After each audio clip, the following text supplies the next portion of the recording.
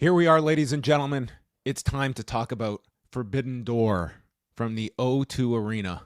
I am John Pollock, and here with me, Wai Ting. Hello, Wai. We're here. No matter when these shows take place during the day, as soon as they end, we are around to talk about it. I'm in the mode at this point that I just wake up in the morning and the very first thought that enters my head is, how much wrestling do I have to watch today? And that's usually that's my morning routine now, of just instant thought. It's not, hey, I'm awake for another day, I've made it this many years into my life. It's just wrestling content. How much is there? And the answer today was 6 hours with another heat wave to go. And then we just continue. Now, my question to you, Wai, is after immediate. I can only ask you this question in this moment after you have just come off this show, okay? You don't have to record a post show right after this AEW show, but there's a WWE WrestlePalooza. Would you be down to just sit down and watch 3.5 more hours of wrestling right after? Because this is going to be the test for people next month, whether it be watching AEW first or WWE first. Forget price. Forget what it costs you. Just the mental hurdle of watching more. If it's a big show, would you still be down to watch more after this? I think a lot of it is contingent on the card, right? I'm saying it's a big card, okay? It's not some run-of-the-mill show. It's not Heatwave. It's Cena Lesnar. It's a big pay-per-view. Yeah, I would not be excited about sitting down to watch the whole show. But then again, I also don't know what the matches are. But it's also, I'd probably still, like, if I'm around, cherry pick it, and watch the main event. But I think if I was more excited for that show, I think I don't know if I would necessarily watch this entire show. But then again, if I'm paying for this one, I'm likely sitting down for the whole thing. So that's got it going for it. But now, would I pay for the whole thing if I was more excited about the show in the evening? I guess these are all the questions that we will ask in a month. Well, I want to stay on that date of September the 20th because everyone was asking, man, is AEW going to move to the afternoon? I mean, I sense there was a craving for some wrestling event in the afternoon of September 20th. It seems like it's open season, okay? So, Post Wrestling and Poison Rana have claimed the afternoon in downtown Toronto. This is our city, and we're taking it over at Gabby's on Saturday, September 20th at 2 p.m. Eastern Time, 309 King Street West. We're going to be presenting All Out. Credit Davey Portman. As soon as All Out was announced, he already came up with this. Thank you to our friends at Poison Rana, who really have made quite a bit of a name for themselves, in my opinion, around the city for hosting wrestling parties. We are jumping on board for this one. We're riding coattails left and right. Pretty much, yeah. To co-host it with them. It's been a while, I feel, since we've done something like this with our audience. And of course, there is no cover. Simply show up. We just want to talk to all of you guys, see all of you guys before the show, 2 p.m. Eastern Time. Wrestling music, drink specials, prizes, the best pre-party before the pay-per-view. Steps away. Did you say all these things for how much? $0, buddy. All right. I like the sound of that.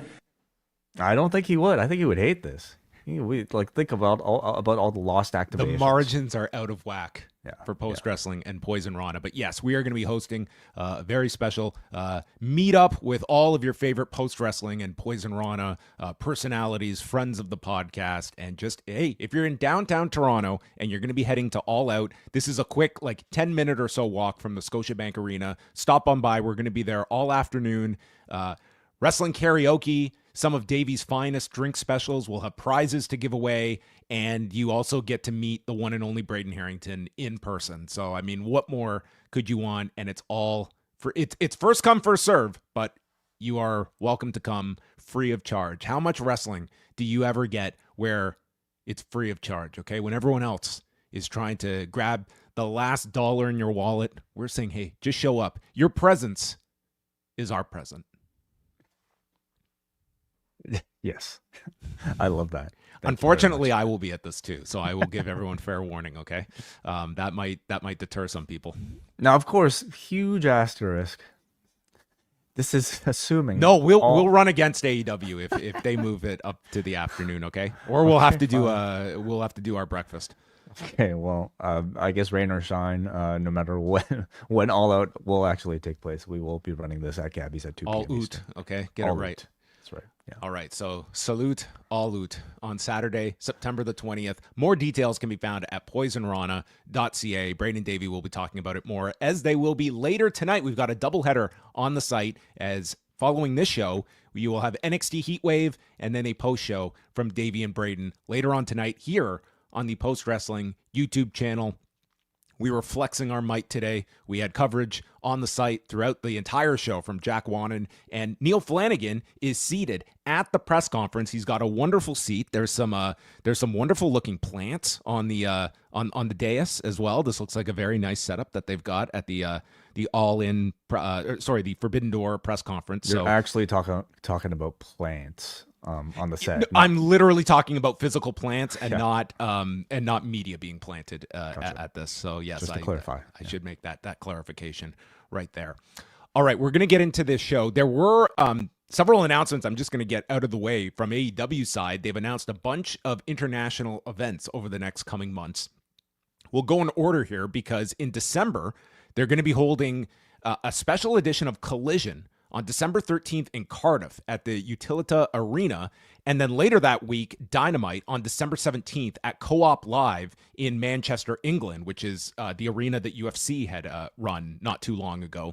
And then in February, they're going to return for Grand Slam Australia on February the 14th at the Kudos Bank Arena, which is about a 21,000 seat venue, a very big arena for them. And then they're going to do a house show, House Rules, in Brisbane the following day, February 15th, at the Brisbane Entertainment Centre. So, I mean, it's a return to Australia, and this past February's event had taken place in Brisbane. So they're doing the big show in Sydney this time around. And for this Collision, this is, I assume, going to be airing on tape delay in the US. So this Collision from Cardiff will be going against the John Cena retirement show. So they are looking to do, I mean, I'm assuming a head-to-head with the Saturday night's main event show that night. Interesting. I don't know how much of a threat it would really pose, unless it's one of the most. Listen, it's going to be a very a pretty bigger than usual Collision that they're going to promote. Like, I imagine this is going to be very big, and this is also a Saturday night's main event that will not be on NBC. It's just for Peacock. Now, granted, the Cena thing is going to be massive. It will be the big show of that weekend, but it's not like they're just looking at this as, you know, a Saturday we're going to avoid running Collision. Instead, they're putting together like what I assume is going to be one of their bigger Collisions that they've run. You have to for a venue of this size that they're running. We'll see. I guess, to me, I don't think they care that much about Collision either way. They'll just kind of, put it out. Wait, they booked a 21,000 seat arena, so regardless of what Collision is, like they have to load this. This is a 21,000 seat arena. Yes, in Cardiff. Yes, this is a gigantic arena for them to run. So this has to be like almost pay-per-view quality for them to draw. Well, let's see how well they do. We will see. All right, we're going to get into Forbidden Door because there is a lot to break down from this show that only wrapped up about 10 minutes ago at the O2 Arena in London, England. And this was, in some ways, one of the most interesting aspects to the show is that we talked about Tony Khan's media call on Thursday. And when asked about WWE increasing its competition and how Tony Khan feels about that, I mean, he would not bite. He would not take any shots backward. And it seems as though this show, they decided we are never going to say WWE, but boy, are we going to tout the fact that this was the largest pro wrestling attendance in the history of the O2 Arena. And they hit that over and over and over again on this show, where the final WrestleTix number was 17,573, and then the number they gave out later was, I think, 18,922, I believe was the number. Now, if you go by WrestleTix, the previous high... 18,992. 922, okay, or 992. So the previous high, according to WrestleTix, was for Money in the Bank 2023, which did 17,617. So so the WrestleTix number, I mean, it was like within like 50 tickets of this number, and I'm sure that was going to even go above that. And then this was the number AEW gave out, which so I mean, they are going to promote this as like the largest wrestling attendance in the history of the O2 Arena to make this kind of their claim on this particular arena, which is one of the major arenas in the world. And I thought it was a very interesting tact that this is how we are going to puff our chest and make this into a, like, put the spotlight on AEW with this attendance. And they should promote that as much as they can. You know, it's a very, very strong number to be proud of. So absolutely, they should. And the gate is probably going to be among the top 4 or 5 in the history of the company as well. I would be interested if they disclose a gate number, because it would have been exceptionally high for this show. They mentioned Marty Jones and Johnny Saint in attendance. We would see them a little later on. And like previous Forbidden Doors, we had both English and Japanese ring announcers, and with several appearances by Walker Stewart, also coming off the G1. So let's put aside, you know, Takeshita having to work Collision and Tanahashi in this main event. Walker Stewart also coming off the G1 and had to call matches here. So, well, I mean, that's no joke, honestly, with all the travel attached to it. So yeah, he's done a lot for himself, I would say, over this course of this G1. A lot of great reviews of his commentary. Yeah. Ian Riccaboni mentioned how many wrestlers are booked on tonight's card. Do you want to venture to guess what that number was? 2,000. 5,000. 23,000. As many as can fit in this Cardiff building. 62 wrestlers on this show. Oh, that's a lot. Very close. Think about the catering budget for this. Must have been massive. Yeah. That's why the prices had to be what they were. So, wait, did you see any of the 0 hour? No, I was at a 4-year-old's birthday party. So, oh, how was the party? Good. That was my 0 hour. It was good. I had like a splash pad, a lot of screaming. You know. You're kidding. Yeah, it was. Were they all screaming because they were missing Crew, Josh Alexander, and Hechisero taking on El Desperado, Paragon, and Yuya Uemura? Yes. This is our first match. I'm going to have to rely on my notes because, in fairness, this was over 6 hours ago that this match occurred. Don Callis, who was all over the show, introduced Hechisero in the ring, and the crowd just cheers when the bell rings, signaling our first of 13 matches on this show. We had some nice grappling with Hechisero and Desperado. Hechisero would trip Roderick Strong from the floor as they got the advantage on them. And then Uemura is tagged in with Josh Alexander. We got into the dives portion of the match. And then after a rebound stunner by Rush gets caught by Yuya, he turns it into the butterfly suplex and the deadbolt to win in 12 minutes and 24 seconds. After the match, the Don Callis family attacks, prompting Tomohiro Ishii to saunter down the ring. And I mean, every time I watch this guy walk to the ring, that is my most concerning of Tomohiro Ishii, who is like screaming that he needs a chiropractor to just give him an adjustment. Because I do not imagine this man could drive and check his blind spot. There's no way his neck is turning that much. He just walks like this is like a cement neck that he has got fused to his back. Yeah, he walks like he has no neck. Yeah. Really. Like there can't be any rotation. This man needs like a Dr. Alex Tubio or somebody. I would think that would be a very highly viewed video. I'd love to watch that video. Yeah. With Tomohiro Ishii? Yeah. I mean, he is a stone pit bull, and for good reason. They're not known to have very long necks. It's not, stone, a greyhound or Doberman. We continue on. Ishii did make his way into the ring, confronts Lance Archer, and Ishii would stop a chokeslam and eventually hits the vertical drop brainbuster onto Lance Archer, which was quite the sight. And Kyle O'Reilly is about to reconnect with his conglomeration teammate when Roderick Strong pulls Kyle away and wouldn't let him celebrate. And Kyle was disappointed from this. So could we have friction between the Paragon and the conglomeration? This is what happens when you're part of multiple groups in a company heavy on stables. I'm going to say yes. There's probably going to be friction. Yeah. So instead, Ishii just stood with Uemura and El Desperado. And then Desperado was put onto Japanese commentary duty for the rest of the show. So he had a busy night. Your junior heavyweight champion. Yeah, which is his regular role. Ricochet and Gates of Agony against Jet Speed and Michael Oku. And Michael Oku came out with a mirror. He got a massive reaction. This crowd, like, obviously this is an audience. They were very familiar with Rev Pro and with Michael Oku because he felt like a big star coming out here. And my God, this match that Michael Oku was involved in, there were some frightening spots in this match. So Toa Leona, early on, first of all, they're doing all the bald chants at Ricochet, and the baby faces all slap his head at the same time.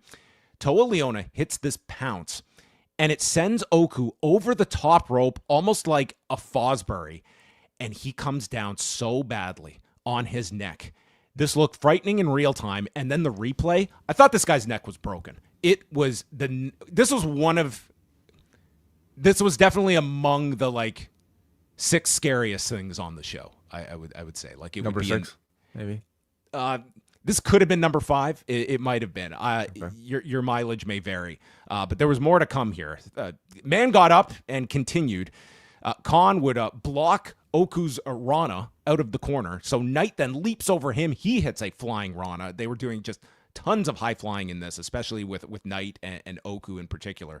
And then Toa just sprints full speed like Braun Breaker into the post, missing Oku. And the crowd is singing for him as he hits the frog splash onto Ricochet for a 2 count. They zoom out for the shot as Bailey hits his Asai moonsault onto the Gates of Agony.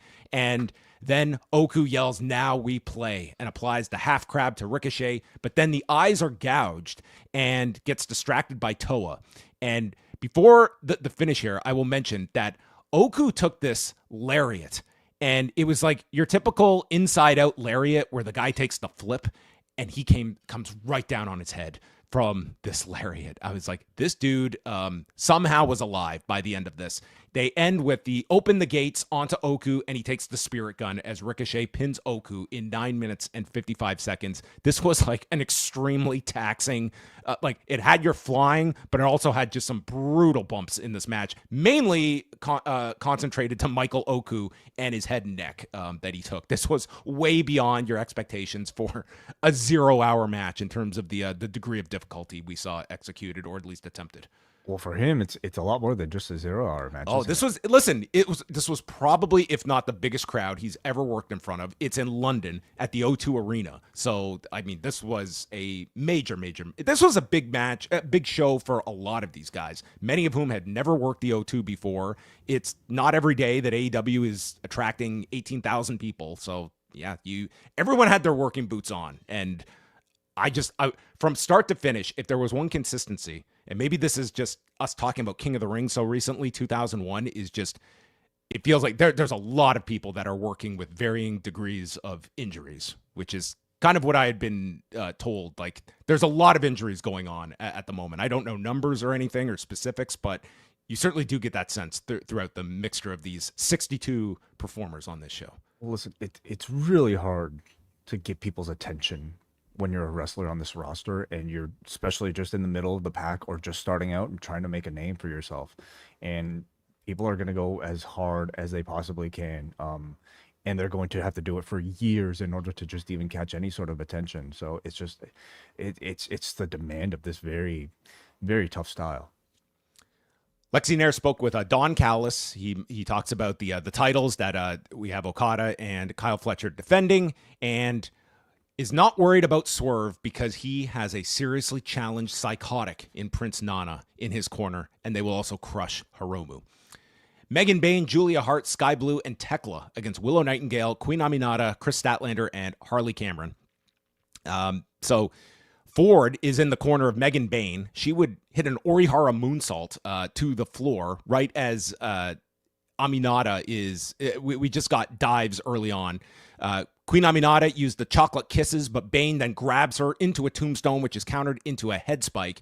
And they were focusing on Willow and Chris Statlander, as has been going on forever. At one point, Chris Statlander crawls to the corner, tagging Harley Cameron, and this upsets Willow Nightingale that she was not given the tag. And then Megan Bayne hit her version of a Phoenix Plex onto Harley Cameron. And for those that forget the Phoenix Plex, this is the move that Dragon Lee hit Hiromu with that one time. And there is never an execution of this move that does not look concerning when it is executed, but she was fine here. Willow hits a pounce to Sky Blue, sending her to the floor, a lot safer than the Oku version. And then Bane would duck, and Chris Statlander is supposed to miss Megan, which she did, and lariat Willow. And man, did she had to be like long arms from Cops to try and reach the target here for the miscommunication spot. Did connect, and then Bane pins Harley Cameron with a Liger bomb in 11 minutes and 15 seconds. Fine match. I would say of the 0 hour matches, this was probably the weakest of the four, but nonetheless, this did not feel like any kind of blow off. It only feels like they're simmering these 8 for something bigger at some point, many assuming blood and guts. The Young Bucks are interviewed backstage, and they go up to a production member. First of all, they've got the stickers on their shirts that just read "One Day Talent" that they'll give to like enhancement talent for security clearance. And they go to this production member and state that they are sick of all the poor treatment they have been given all these weeks. It all changes tonight. They say, we want our old music back, and we want the superstar treatment, and tells this production guy, they hand him a bag and says, we want the most dangerous weapons you can find here in London, and then you place it under the ring tonight. And we were off to see what this individual was going to fill the bag with. So Tony Schiavone brings out Martha Hart and son Oj. So they come out, and Tony Khan does his big spiel. He promotes this as the largest pro wrestling attendance in the history of the O2 Arena, and then hands off the microphone to poor Martha, who is, she was given nothing to say here. And she just says, hey, everybody, it's great to be here. I've been to many wonderful events here at this arena. Forbidden Door is going to be the best.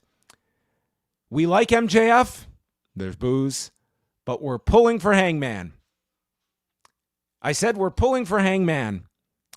Okay, I'm going to hand this microphone now back to the professionals. And at one point, she tries to get Oj in, like, hey, we like Hangman. And Oj is like, uh-huh. That's literally what he said. I mean, listen, Martha, they gave her nothing to say. Like, she could have announced the attendance. She could have said anything. But they this to me was just like, you gave her nothing to deliver. This is not someone who was prepared for this speech and was acknowledging her own limitations on the microphone. But I just felt bad for this poor woman who was just like put in this spot to be like, hey, just get the crowd going. Just say anything. And that's what the directions felt like here. She was the Cardi B of the show. She was present more than Cardi B appeared to be on both nights of SummerSlam. Do we like Randy Orton? Yeah, that was it. Oj was just like taking in the show here. He was just like, yeah. This guy's looking pretty big, man. I know.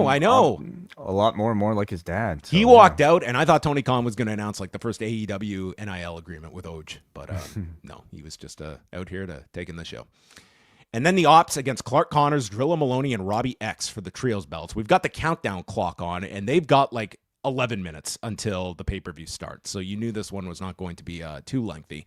And so they start off with Shibata and his student Clark Connors in the battle of the 2018 Chonko. I'm sorry. Yeah, Chonko. I don't mean to disrespect. Yeah. Shibata was in this like pretty consistently. I mean, he was applying a rear naked choke onto Robbie X, but then Connor just trips up Shibata, yanks him out of the ring. Robbie X did this very cool stalling senton where it's like he's on the high bars using the top rope to just pause before he comes down with the senton. And Shibata eventually tags Hobbs. He gets a big reaction. Everyone got their turn. Joe did the walk-off spot with Robbie X, and this crowd loved Samoa Joe. He was one of the more over people, maybe the most over on this 0 hour. And at the end, Geto is distracting Aubrey. Shibata kicks the rope into his groin, and then Shibata applies a choke onto Clark as Hobbs ground and pounds Drilla, leaving Joe to beat Robbie X with the Muscle Buster in 7 minutes and 20 seconds. Very good match. I would say if it had gotten like maybe 5-6 more minutes, I think this would have been even that much better. But for a 0 hour match, I thought overall this 0 hour, very easy to watch. Like none of these matches were the show stealers, but I wouldn't say anything was like not worth your time either. They were like fun multi-man matches that if you were in the mode to watch a lot of wrestling, these four are just going to further that that endless pit that you were receiving on this particular date. And I know that everybody out there, they have an endless appetite for great deals. And boy, do we have one for you this month. Support for this podcast comes from NordVPN. By now, a lot of our listeners already know about the benefits of a VPN for their wrestling consumption, helping them access cheaper prices for pay-per-views or ad-free programming through international versions of popular streaming services. But the most important benefit of a VPN continues to be its ability to help you shield your browsing. Using a trusted VPN like NordVPN adds an extra layer of protection from prying eyes, preventing your sensitive data from being sold or shared with third parties that may put you at risk of unwanted solicitations or even fraud. You know the link by now. NordVPN.com/postwrestling. Sign up for a 2-year plan for just a few dollars per month and get 4 bonus months through our exclusive offer. NordVPN.com/postwrestling. As always, you can try it with a 30-day money-back guarantee. Stay safe and enjoy all the benefits of a secure internet with Nord. Break your own forbidden doors. Yes. With NordVPN.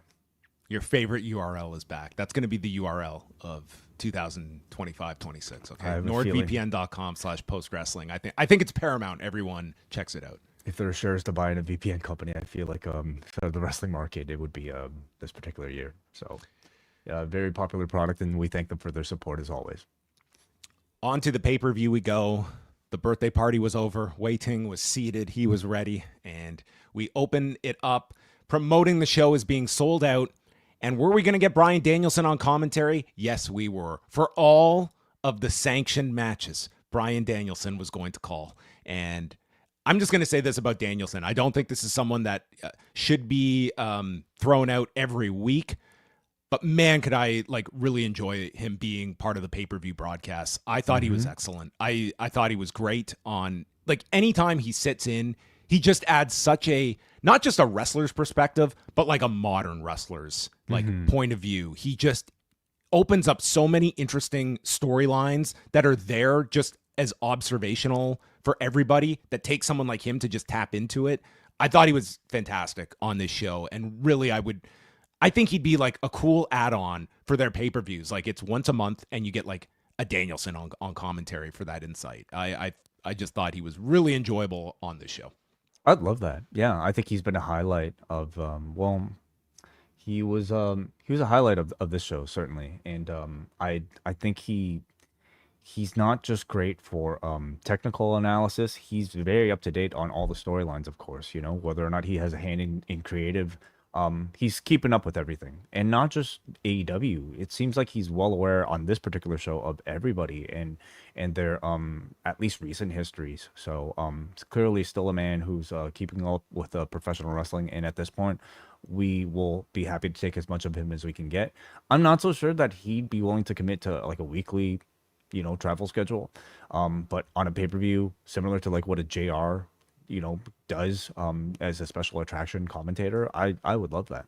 I would make him a part of it's your, it's no one's buying a pay-per-view for the commentators, but it's a nice feature you get once a month, and it doesn't wear out its welcome. And just with the whole rotation that they have of announcers, to get Nigel for a portion and you get Danielson for a portion, the odd match they could be together. He's really great in this role, and I think you could certainly utilize him on some limited basis. So opening the show, the pay-per-view portion, it's Copeland and Christian Cage against Kip Sabian and Killshot with Mother Wayne attached. The crowd is singing Metalingus. This London crowd, they haven't gotten Metalingus in quite some time. And then Cage comes out with his video reading, respected, sacrificing, devoted, asshole. So Danielson thinks that... replacing father from the previous video. Oh, so he's gone from father to asshole. Mm-hmm. Yeah. Okay. He's a I guess a distanced figure now in Nick Wayne's life. He's gone to become an asshole. Still an asshole in his life, I guess. So Danielson, he thinks Copeland should not have started the match. He should have forced Christian to begin the match to prove his loyalty, thinking that Christian has not changed enough and Copeland should not be so trustworthy. the crowd was really into Luchasaurus. They were chanting for him. His last match was a year ago at All In on August 25th. So we're almost an exact year since his last match. And Luchasaurus catches Kip Sabian and power bombs him towards Copeland on the floor as they get the advantage early on. And we've got Kip Sabian and Luchasaurus at odds, where Kip is demanding the tag. So Luchasaurus just overhead chops him into the chest. And somewhere in all of this, Kip Sabian got cut over his left eye. Did you catch where this occurred? I did not. I just saw it happen. Like, this was a pretty significant wound that Kip Sabian had. I don't know. It had to have been somewhere on the floor when they were all involved. Mother Wayne distracts Christian, so Kip snaps Cage on the top rope and is sent to the floor. And then we have Luchasaurus placing Kip on his shoulders and holds him in place as Copeland hits a spear off the top, like a doomsday spear. And so I'm watching this. It's like, okay, I think we were putting way too much like different competing thoughts into this match, where to me, the focus should be, okay, this is Copeland and Cage's first tag match in 14 years. They're not fully, at least Copeland is not fully trustworthy of Cage. And we have just brought back Luchasaurus. And suddenly we're telling this whole story about how these two partners can't get along. And I found the Sabian Luchasaurus stuff just to be, I don't know, it felt to me way too much. Agreed. Yeah. I thought it was the probably the biggest criticism you could have of this match. I thought it was confusing as hell. So much so that I think it even confused the announcers. And by the end, ultimately felt pretty pointless. I mean, yes, they could play this up, but it took focus away from Cope and Christian, which was the biggest point of this entire match.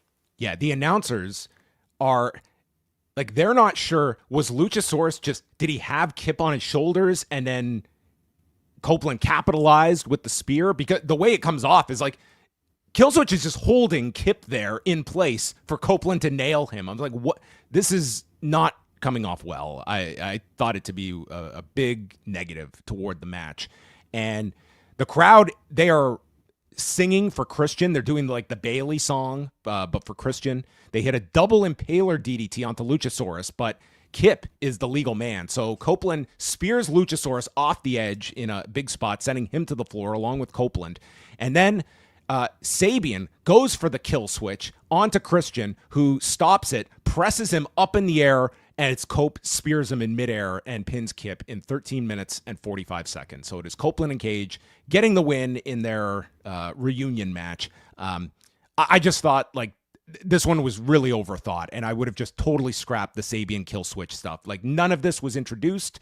Like, they were just bringing kill switch back, and nobody, like, to do the miscommunication stuff just to me felt like we missed like many chapters to get to this. And I just, that took this match down a few notches for me.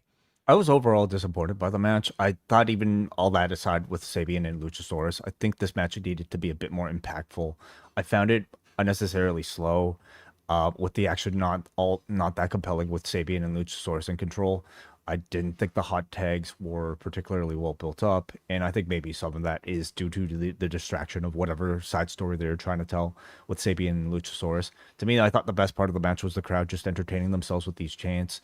For Cope and Christian's part, you could tell there was effort made in doing some sort of a new double team offense here. That was kind of cool, especially the finish. But overall, for a re-debut with Cope and Christian, I was underwhelmed with both the layout and also the performance itself.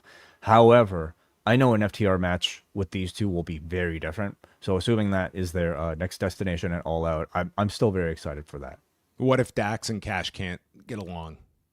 Do you introduce that into the match where there are miscommunication spots between the opponents? I mean, if it's better executed than what it was tonight, then maybe I'd be into it. But it was just poor. It was just confusing tonight.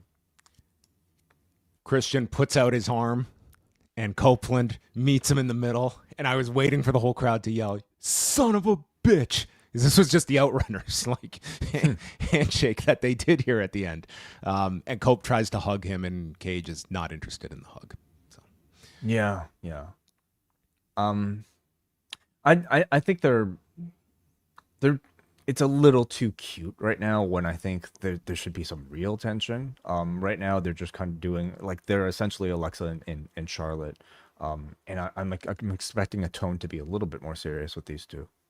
I thought that coming out of this, you should have, like, they're a team, they're together, but there should be still some obstacle they have to overcome before they can be united to go for the tag titles, because you've got 4 weeks and it's almost like the reunion is done. They're on the same page. They're buddies again. And I just feel it could be a bit more, because the reunion was so rushed and you got to that big moment of the hug.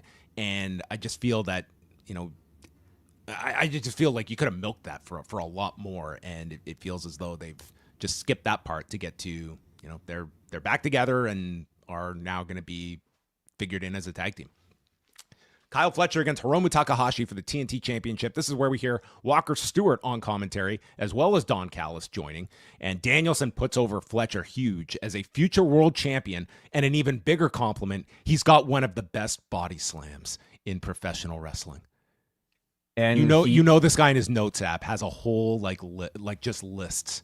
Best body slams, 1 through 30. Best dragon screws. Like, that might be this guy.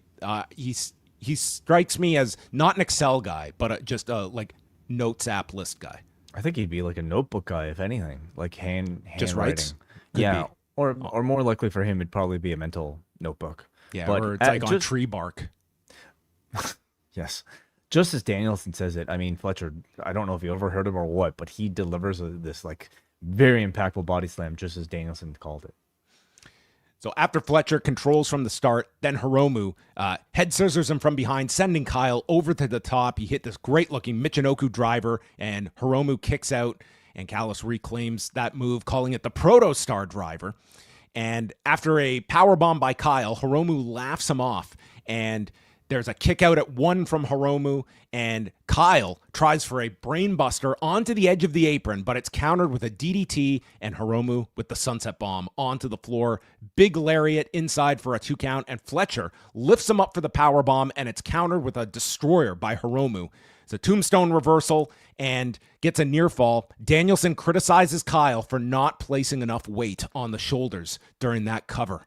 And as he tries for the sheer drop brainbuster, it's countered by Hiromu's small package, kicks out, and this time Fletcher hits the brainbuster, winning in 15 minutes and 25 seconds in a match that I would say the question was going to be like Hiromu, I think, rising to this level that Kyle has ascended to. And I thought these two had a very strong match. Like, by the end of this show, I thought this was like one of my standout matches on the card. I thought it was excellent. I thought it was a match that showcased the best strengths of both men. For Fletcher, it's his hard-hitting intensity and just picture-perfect technique on everything he executes, and the speed, of course. I thought he looked great as the aggressor. I thought he was very entertaining to watch when he was in control, which might be countering, opinion I had of the heels in the match prior to this. Hiromu, I thought his biggest strength is it's his charisma, and I thought that really came through in his ability to maniacally laugh off. Not laugh off, but laugh through all of Kyle's offense. So as he's suffering the beatdown, he's still trying to laugh and coming back from it, despite, while also at the same time showing that he's suffering some real damage here. Crowd treated him like a star.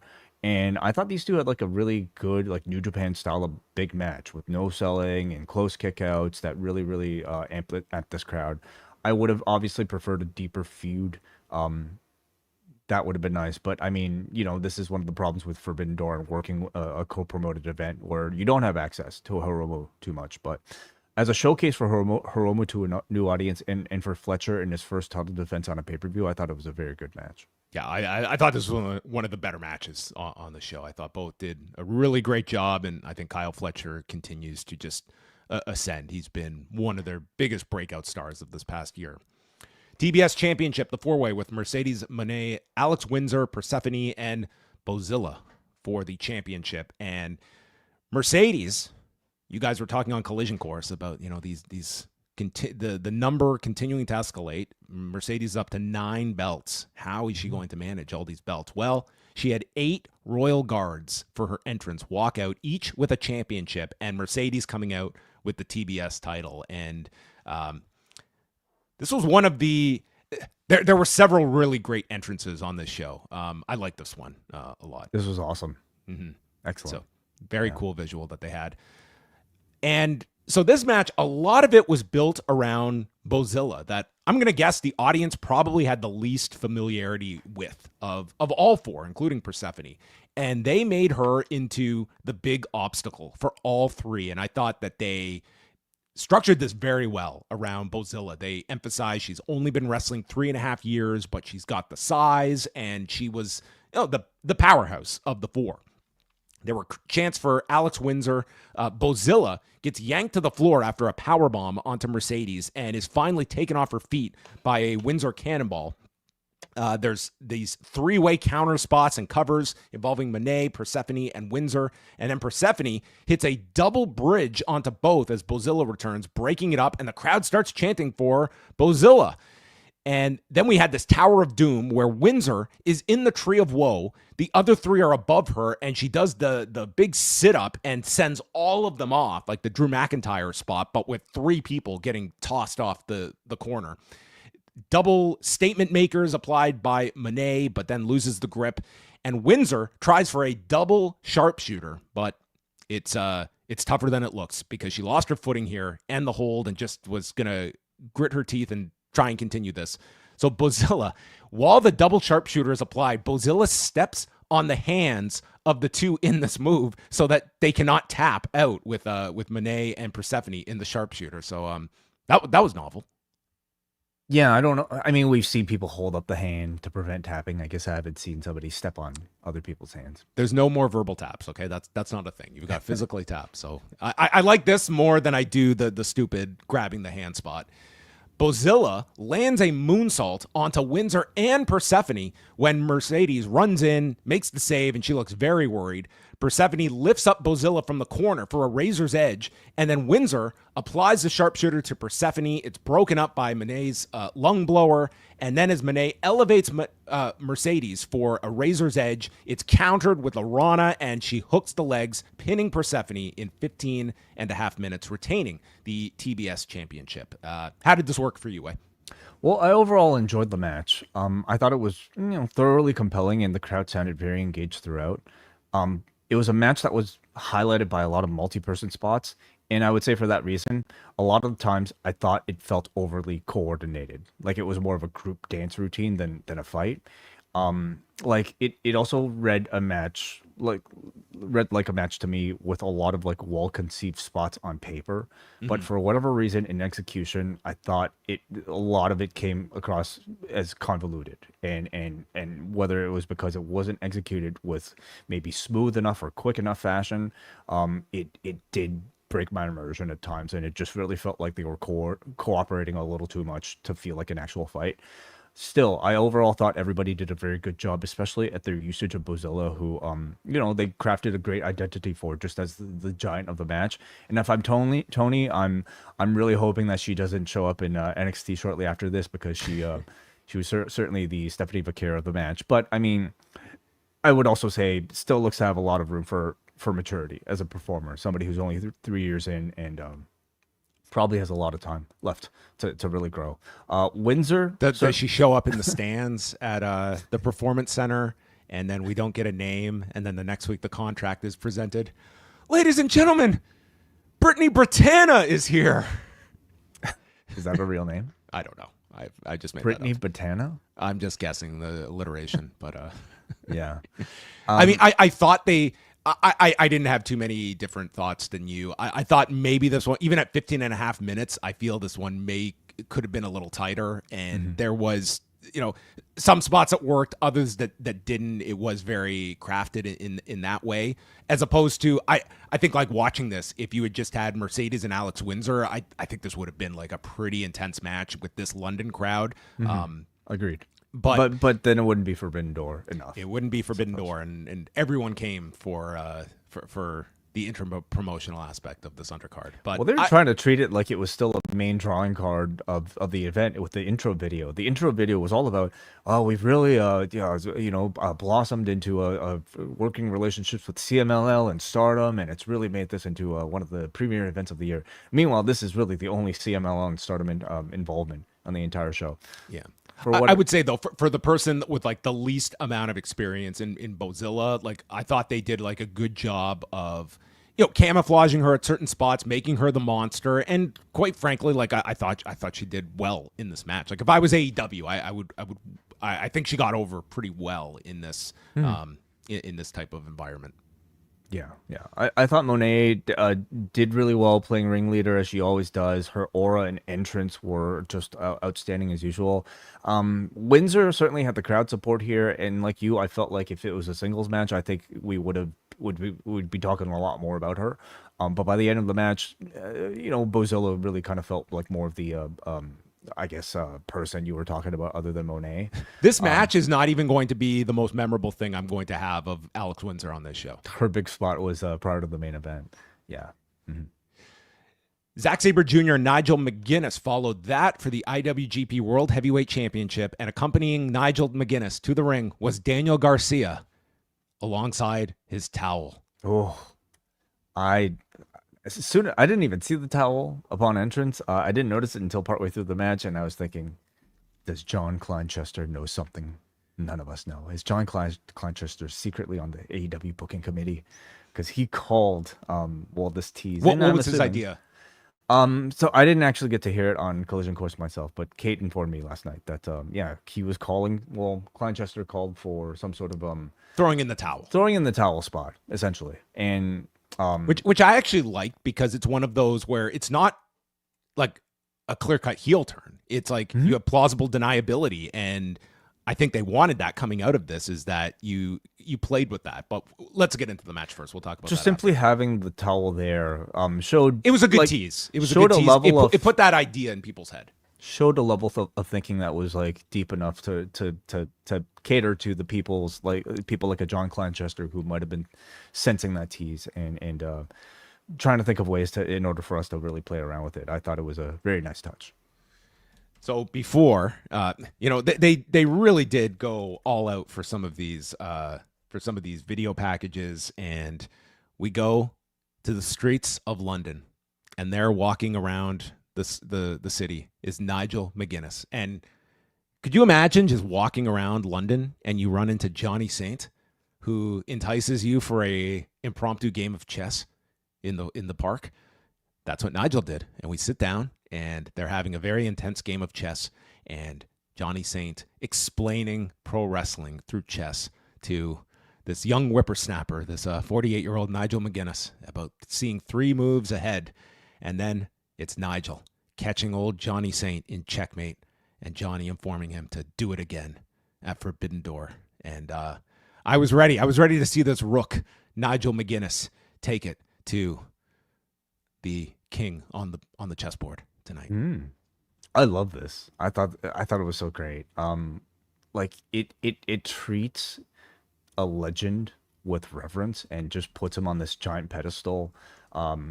In an instance that I just don't know if I would see otherwise. Like, I don't think Johnny Saint will be inducted into a WWE Hall of Fame and get this sort of like celebratory moment anytime soon. But given this context, I thought it was just a great way of treating him with that sort of reverence. And it made the match overall feel like that much of a bigger match, seeing this amount of production being put into it.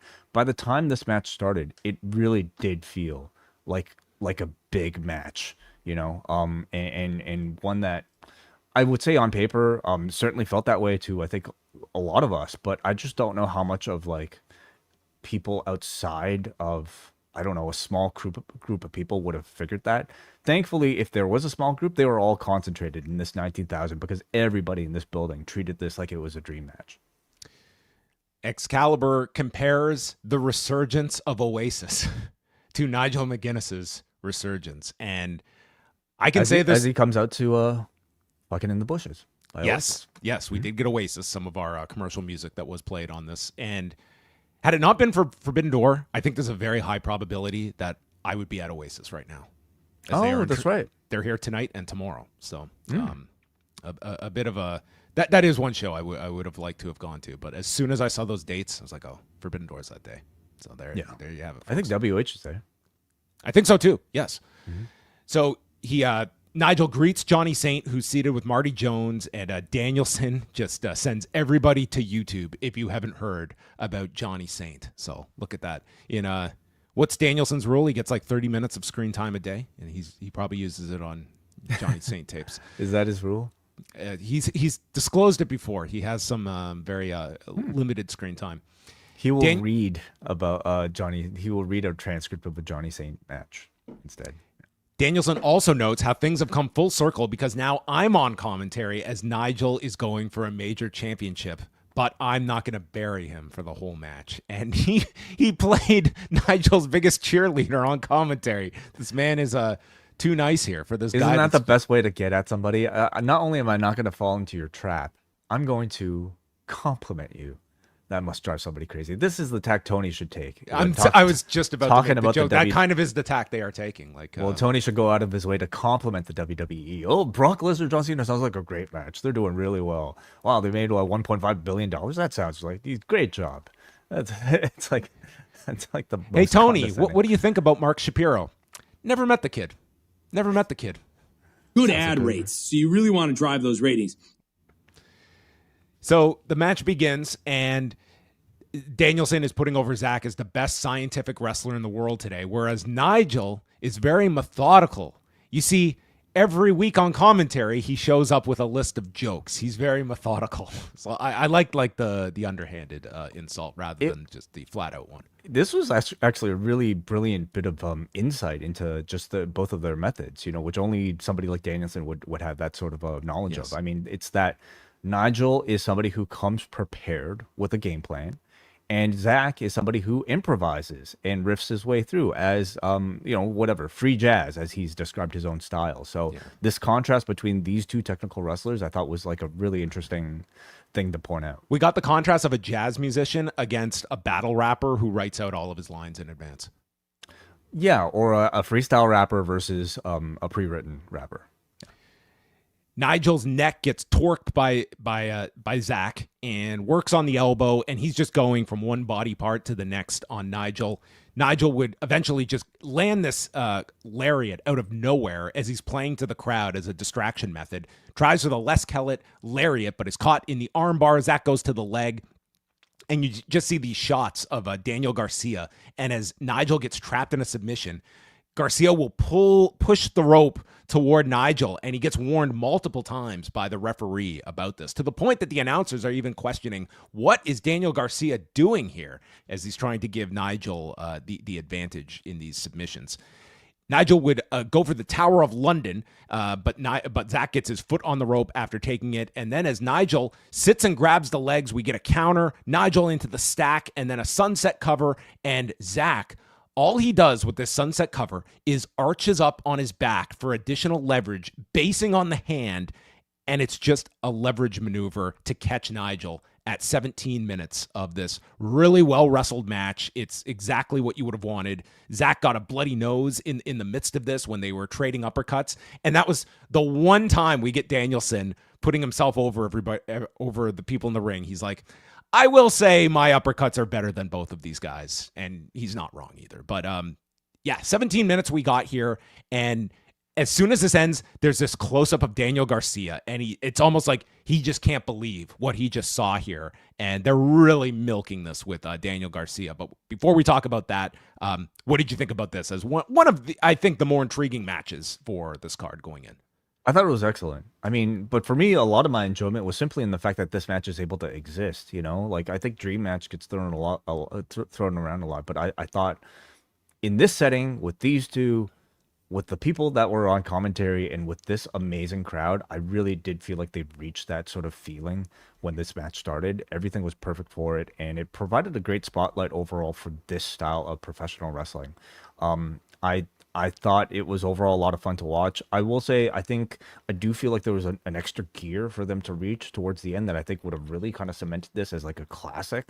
But I thought it was also very realistic for a match to just end somewhat abruptly with that sort of like unexpected Zack, type of pinfall. The Garcia element, ultimately felt like a bit of a misdirect here, and obviously something to set up for the future, but that also may have attributed to a bit of a feeling of abruptness, for somebody like myself who was fully expecting something involving that towel to take place towards the end. Did it take away from the match at all? I mean, maybe because I had by that point gotten my hopes up so much that like they're gonna do it, but ultimately no, not really. I thought the atmosphere to me like more than made this feel like it was something that was incredibly special on the show. Yeah, I wouldn't say like if you were going into this with the expectation of like Danielson, Zack, it certainly didn't reach that level, but I was very happy with the match, and I really, really liked the finish. I love finishes like that just come out of nowhere, and I think they ultimately pay dividends because like you just see a finish like that and you retain that a match can finish out of nowhere, and that's what I did enjoy about this. So we get the close-up of Garcia looking stunned, and Zack totally puts over Nigel afterwards. They shake hands, and Garcia's looking pissed at this. And Zack goes, he pays his respect to Johnny Saint and Marty Jones, and Garcia enters the ring, and the whole crowd is oohing and awing. They're thinking they're about to see the turn, and he turns Nigel around and just gives him a hug. So my question to you is... Well, hold on a second. Like, what? The camera kind of missed a lot of that. Didn't they? Well, you heard the oohs and ahs, but yeah, you were still on Zack on the floor. So, but that's what was happening. Some unfortunate maybe directing miscues there, where like they're focused on Zack instead of the action in the ring. Which imagine they did the turn and we just we're on Marty Jones and we cut back. Nigel's dead. I mean, they were He's unconscious. Yeah, like I don't think that would be that hard to believe, but yeah. So by the end of it, I don't know if like theater Garcia, of the mind way. Just don't show it at all. So what do you think happened in the ring? That's just lights out. What were you gonna say? What was your question? No, I didn't have. I was gonna ask you. So does Nigel get his match next year at the age of 50 at Wembley when Daniel Garcia finally turns on him next May? A year dragging out? Well, I mean, it would depend if does Nigel wrestle at Wembley next year at 50? I don't think that's unusual. 50 is not. I don't either. 50 is maybe not. him and Tomohiro Ishii, and the matches just billed as 100. They'll both be 50 by next year. I don't think they need to just find Ishii to find a 50-year-old on this roster. I mean, it's not really. It's almost like a median age at this point. It's not, but I mean, Nigel needs to shoot his own program though, and he just has to start laying the groundwork on commentary for the next year of the match he wants. Yeah. That's well, depending on whether or not Ospreay is ready for the show next year, they're probably gonna have to up the British the English quota, but by a bit. Yeah. Shivani enters the ring to announce the attendance figure of 18,992.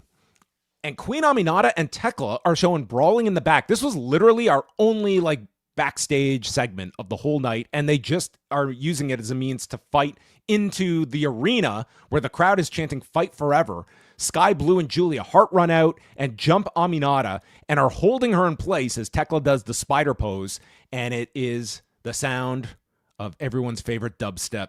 Jamie Hayter returning. Braden Harrington head hit the ceiling, and out comes Jamie Hayter, and she fends off the Triangle of Madness and coming to the aid of Queen Aminata. So if we are indeed building to this blood and guts, it would seem that Jamie Hayter would be on the babyface side. Although if I'm Jamie Hayter, I'm like, you know what?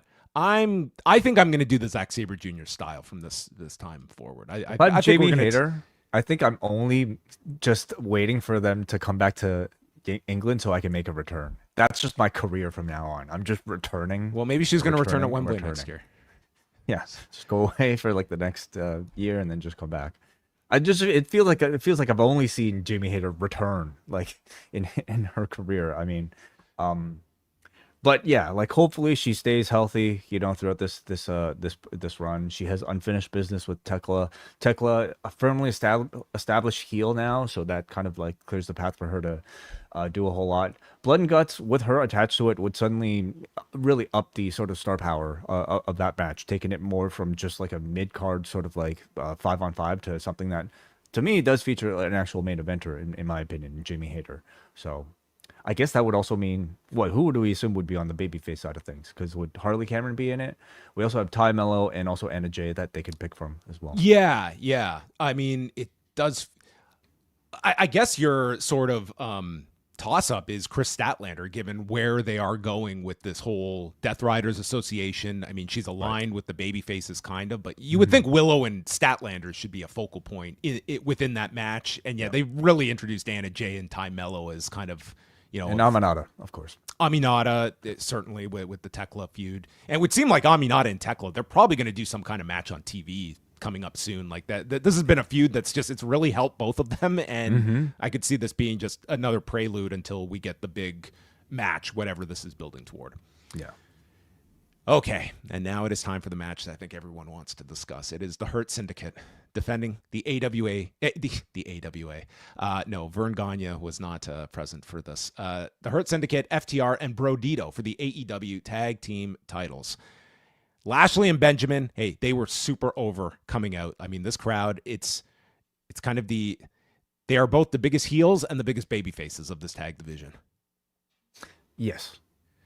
So early on, we should also mention that I guess there was a social media post that had listed this as an elimination match, but it was never promoted, at least to my knowledge, on TV as such, nor was it an elimination match. No, it was not. Was it not promoted on TV? Because, I mean, I certainly missed it on Wednesday. I never heard it on TV. I think it was only a social media post that was listed it, and I never saw the ad, but that's what I heard. It was a social media post that said elimination match, but to my knowledge, it was never promoted as such, but there was some confusion over that.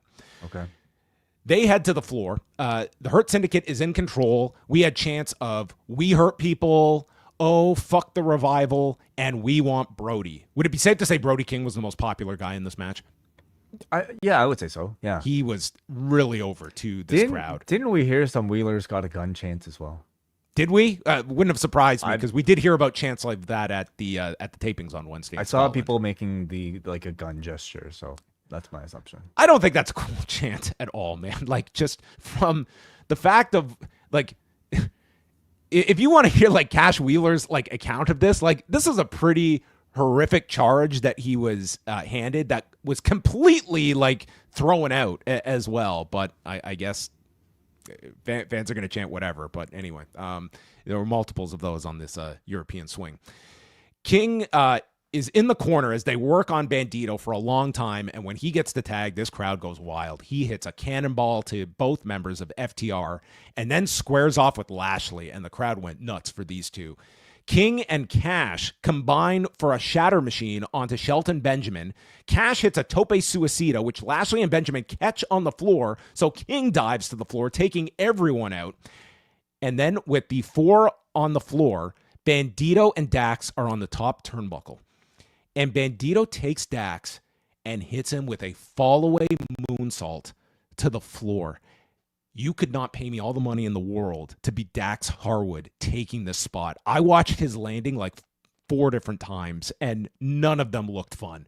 You couldn't pay me enough to catch these two on the bottom. Like, well, they barely did. I mean, it was just such an awkward way to catch two individuals at like a T shape coming down here. I mean, oh my, this was just a totally nutty spot to even dream up that they somehow managed to attempt and hit to some mitigating degree of success. But Dax looked like he just came all of his weight down onto the floor from this fall-away moonsault. Totally insane.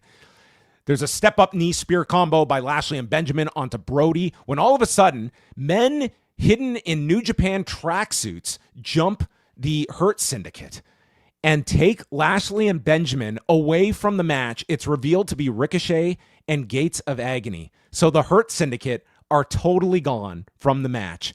Big Stoke hands a chair to Dax, which they had explained it's no DQ because it's a 3-way match.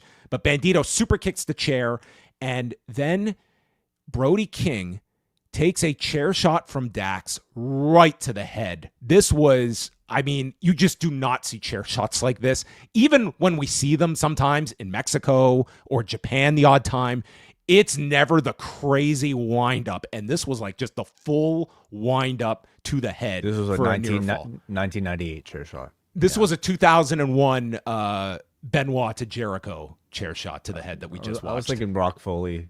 But yeah, like think about like your most punishing chair shots. This was that. Bandito cuts off the Power and Glory spot, and there in place, They King and Bandito go for the monkey flip 450, which Bandito, it was kind of off. It's very tough for them to hit this move, as we're kind of seeing. It's very tough for the precision, but gets on top of Dax after this monkey flip, and Cash is supposed to dive in late as if he's trying to make the save too late. But Bandito like slides off of Dax. So Paul Turner has to restart the count, and Cash like just literally is like going down the water slide and has to pause and just stop in his tracks. I just thought this finish was a mess of what they were trying to do. It was, first of all, like the match was going on very fine, but I think everything over the last couple of minutes is what is going to be focused on here. The Hurt Syndicate basically got a restraining order from being anywhere near this finish. It was exactly as we assumed, with this being a three-way match.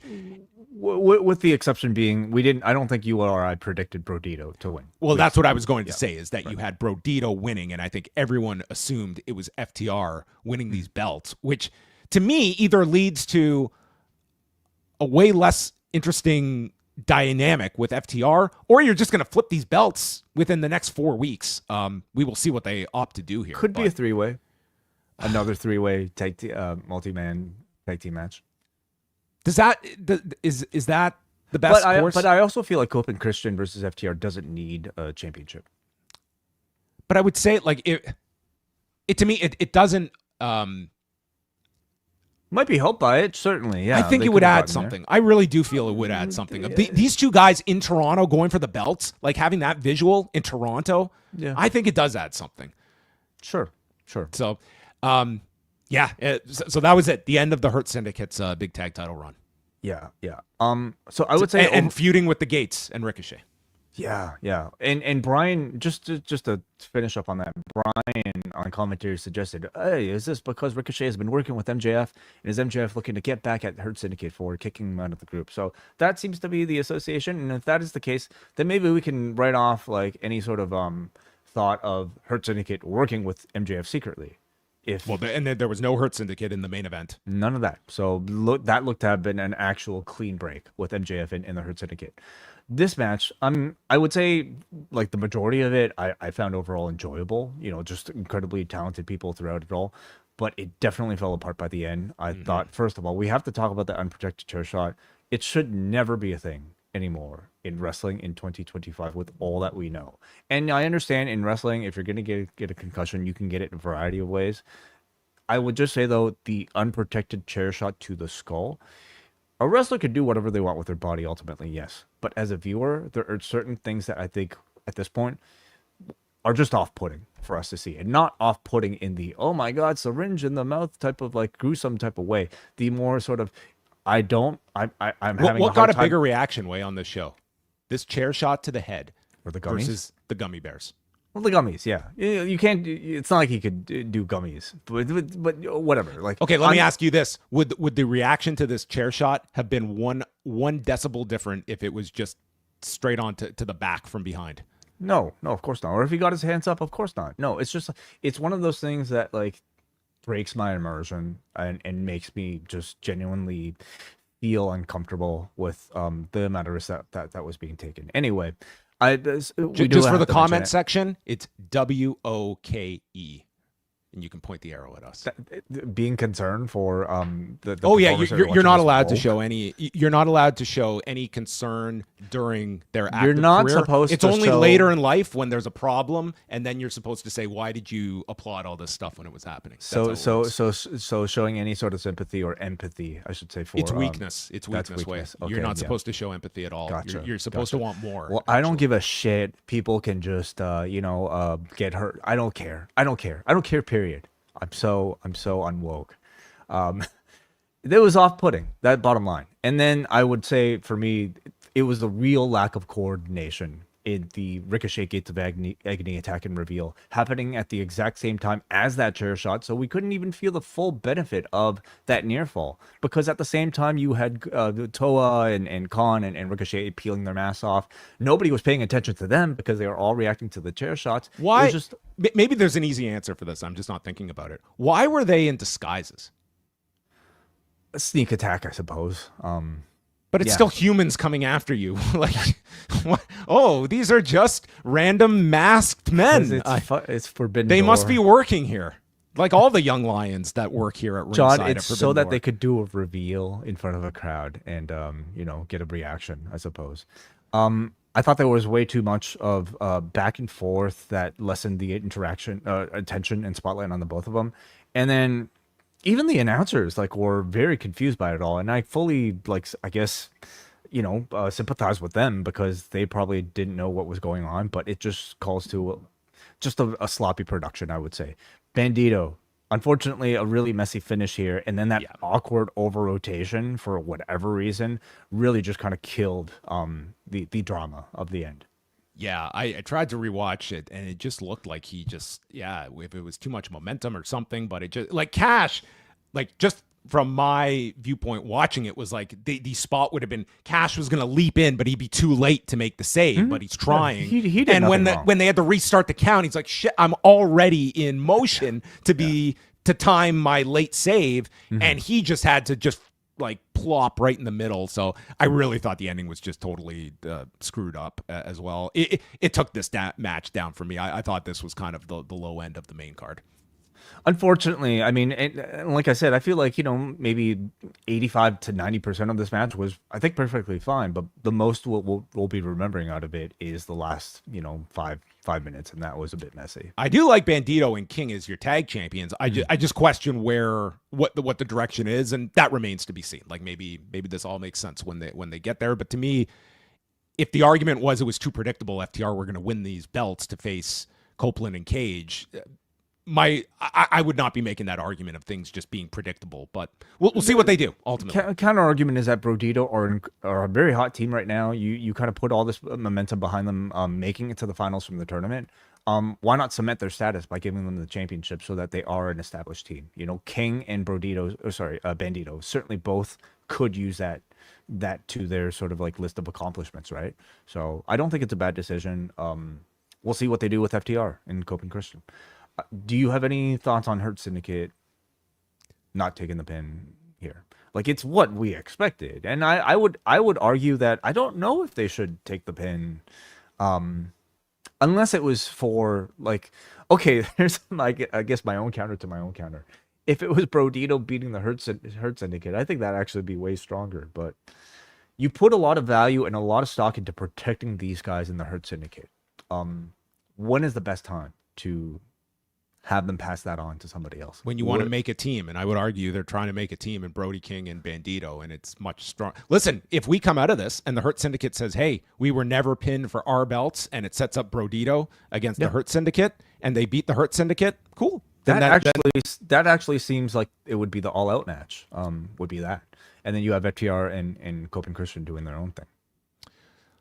Well, we will see what they will do, but people are going to have their thoughts on the Hurt Syndicate and this run, and this was as everyone forecasted it to be. At this point, they lose to Brodido. They lose to Brodido. We'll see if that happens. I don't necessarily think people, hating the Hurt Syndicate for this perception that they're unwilling to job. I don't think that's necessarily something AEW should be running away from.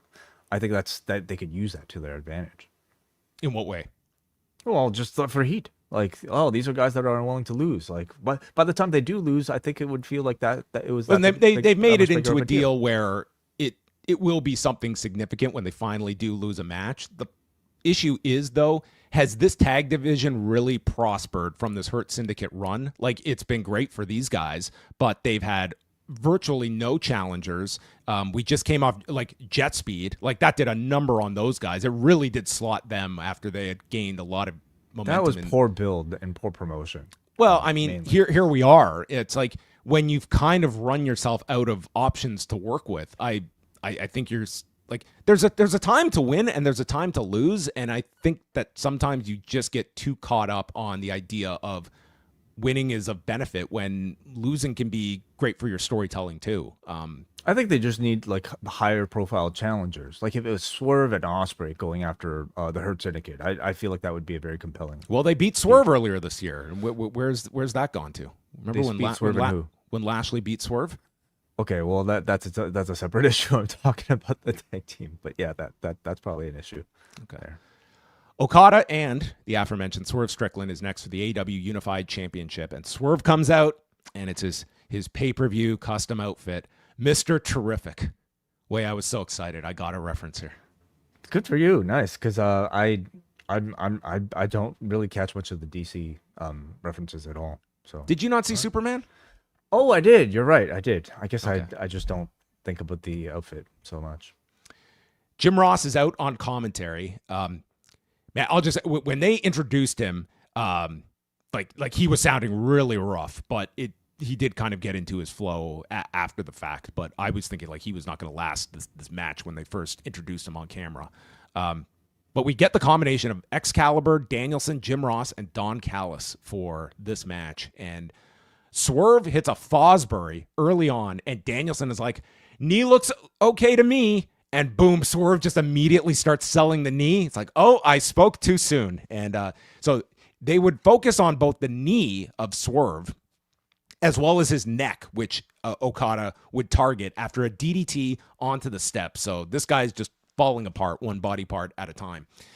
Swerve comes back. He manages like a version of an angle slam off the top and goes for the Swerve stomp to the floor, misses, and further injures the knee. So Okada hits a tombstone onto the floor, never good for the neck. And he just tried Rainmaker after Rainmaker, and Swerve had an answer every time, whether it was the house call or just ducking it.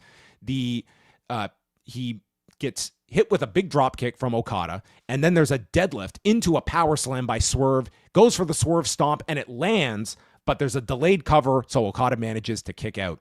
Swerve's leg then gets caught on the top. He's hung upside down, and Okada lifts him up with the knee and drills him into the turnbuckle with the knee. And Swerve fights him off, goes for the house call, and lands it after bouncing off the ropes and misses a second one. And Okada gets the opening, and on the whatever try this was, hits the Rainmaker in 16 and a half minutes, and he won totally clean against Swerve, which they did state at the beginning this was the unified rules where there's no one allowed at ringside, and they were holding to that stipulation from the old Continental Championship rules. And yeah, this is also our story now of Swerve losing in London 3 years in a row. Going back to the first All In, and then Danielson last year, and this match. So we have multiple curses. Well, one curse would be expunged later. Yeah, true. Overall, I thought it was a good match. I have to say, like, good match. It did not get to the high level that I had for this match, and a part of it, like, it sounds like this has been a long-term injury for Swerve, and I don't know what is. Like, if it's gotten more serious of late, but this did feel like a much more toned down Swerve type of match. And well, I would also suggest a lot of that might just be the dance partner here in Okada, where I mean, I think we know the Okada style, and this was certainly like an elevated form of him on a pay-per-view given a good amount of time, and especially the rush towards the finish. I thought was great. But it also did feel like they had again a higher gear for them to achieve, and on a show where all these matches are happening at such a fast pace, unfortunately this sort of style to me really does kind of stand out.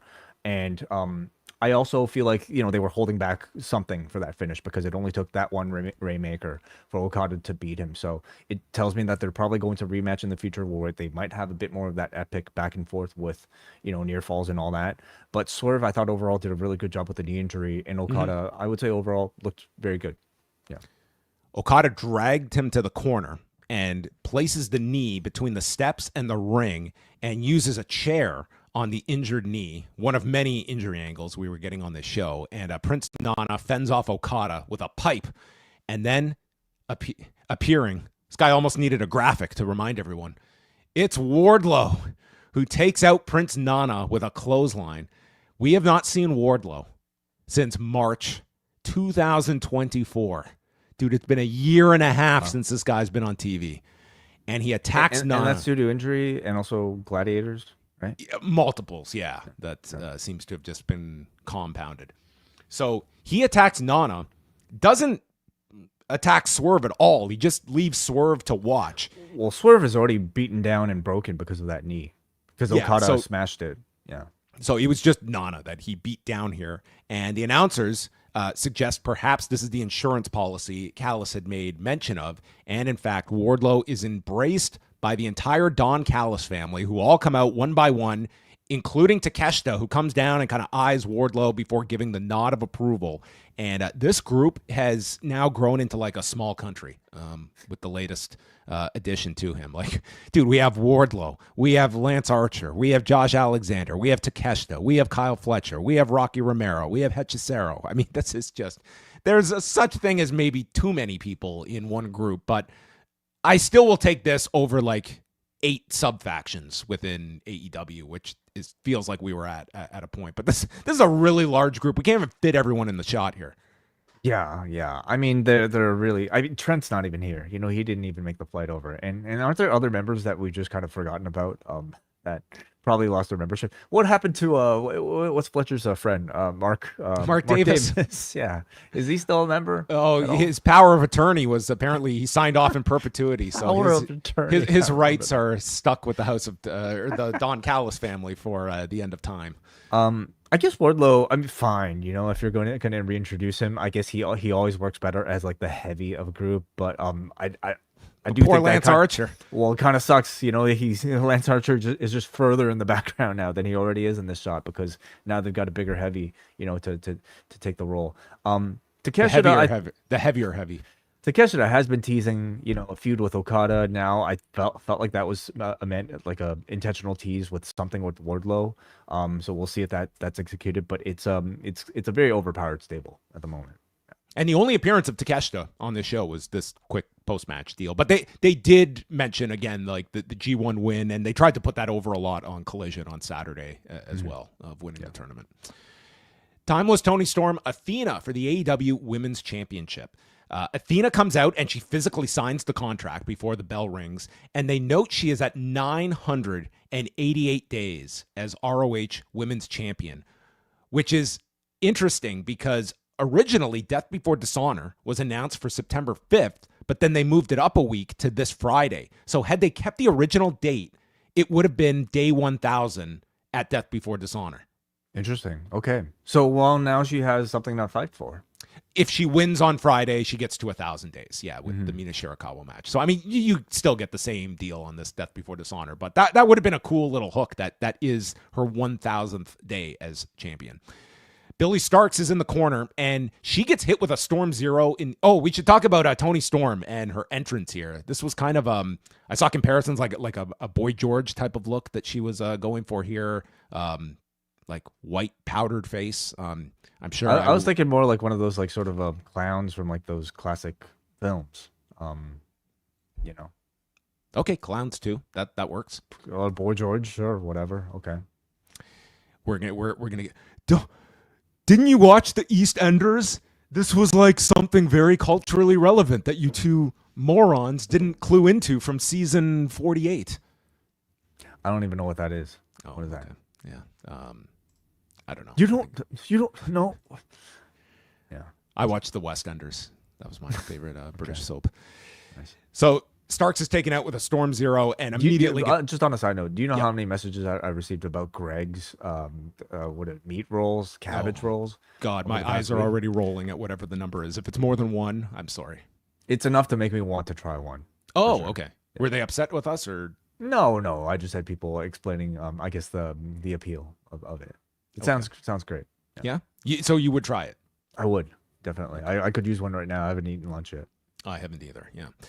So Storm gets drop-kicked into the LED board, and Athena is in control, tries for a hip attack, but Storm fights back. And one thing, correct me if I missed this, they didn't make any kind of deal about Storm and these past... the demons of losing in London the last 2 years, which was a part of the build-up, but the fact she was winning here, I thought they would have made it that much bigger of a story in this. I don't think it was brought up once. Not to my recollection, but I mean, it wasn't a huge part of the story. It was mentioned like once in a promo, I think. Well, so they could have made it a bigger story. Yes, absolutely. They play off the neck injury from Wednesday, where she took the tombstone onto the tombstone onto the steps, And Well, I at thought this, Storm Zero. sorry, Storm Zero onto the steps. How many injury angles did we have like coming into this? It makes me wonder how many of these are like legitimate issues that some of these performers are dealing with, because it just felt by the end of some accounting. We got Toni Storm with the neck. We got Swerve with the knee. Will Ospreay with the neck. Kenny, I guess, always has the intestine. His stomach's about to explode. I guess, like, do we count Tanahashi with his knee? You mentioned Swerve, right?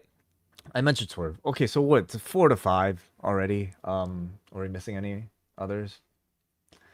That's probably all of them. These people wrestle a lot, okay? And they're all bound to have some sort of very sympathetic...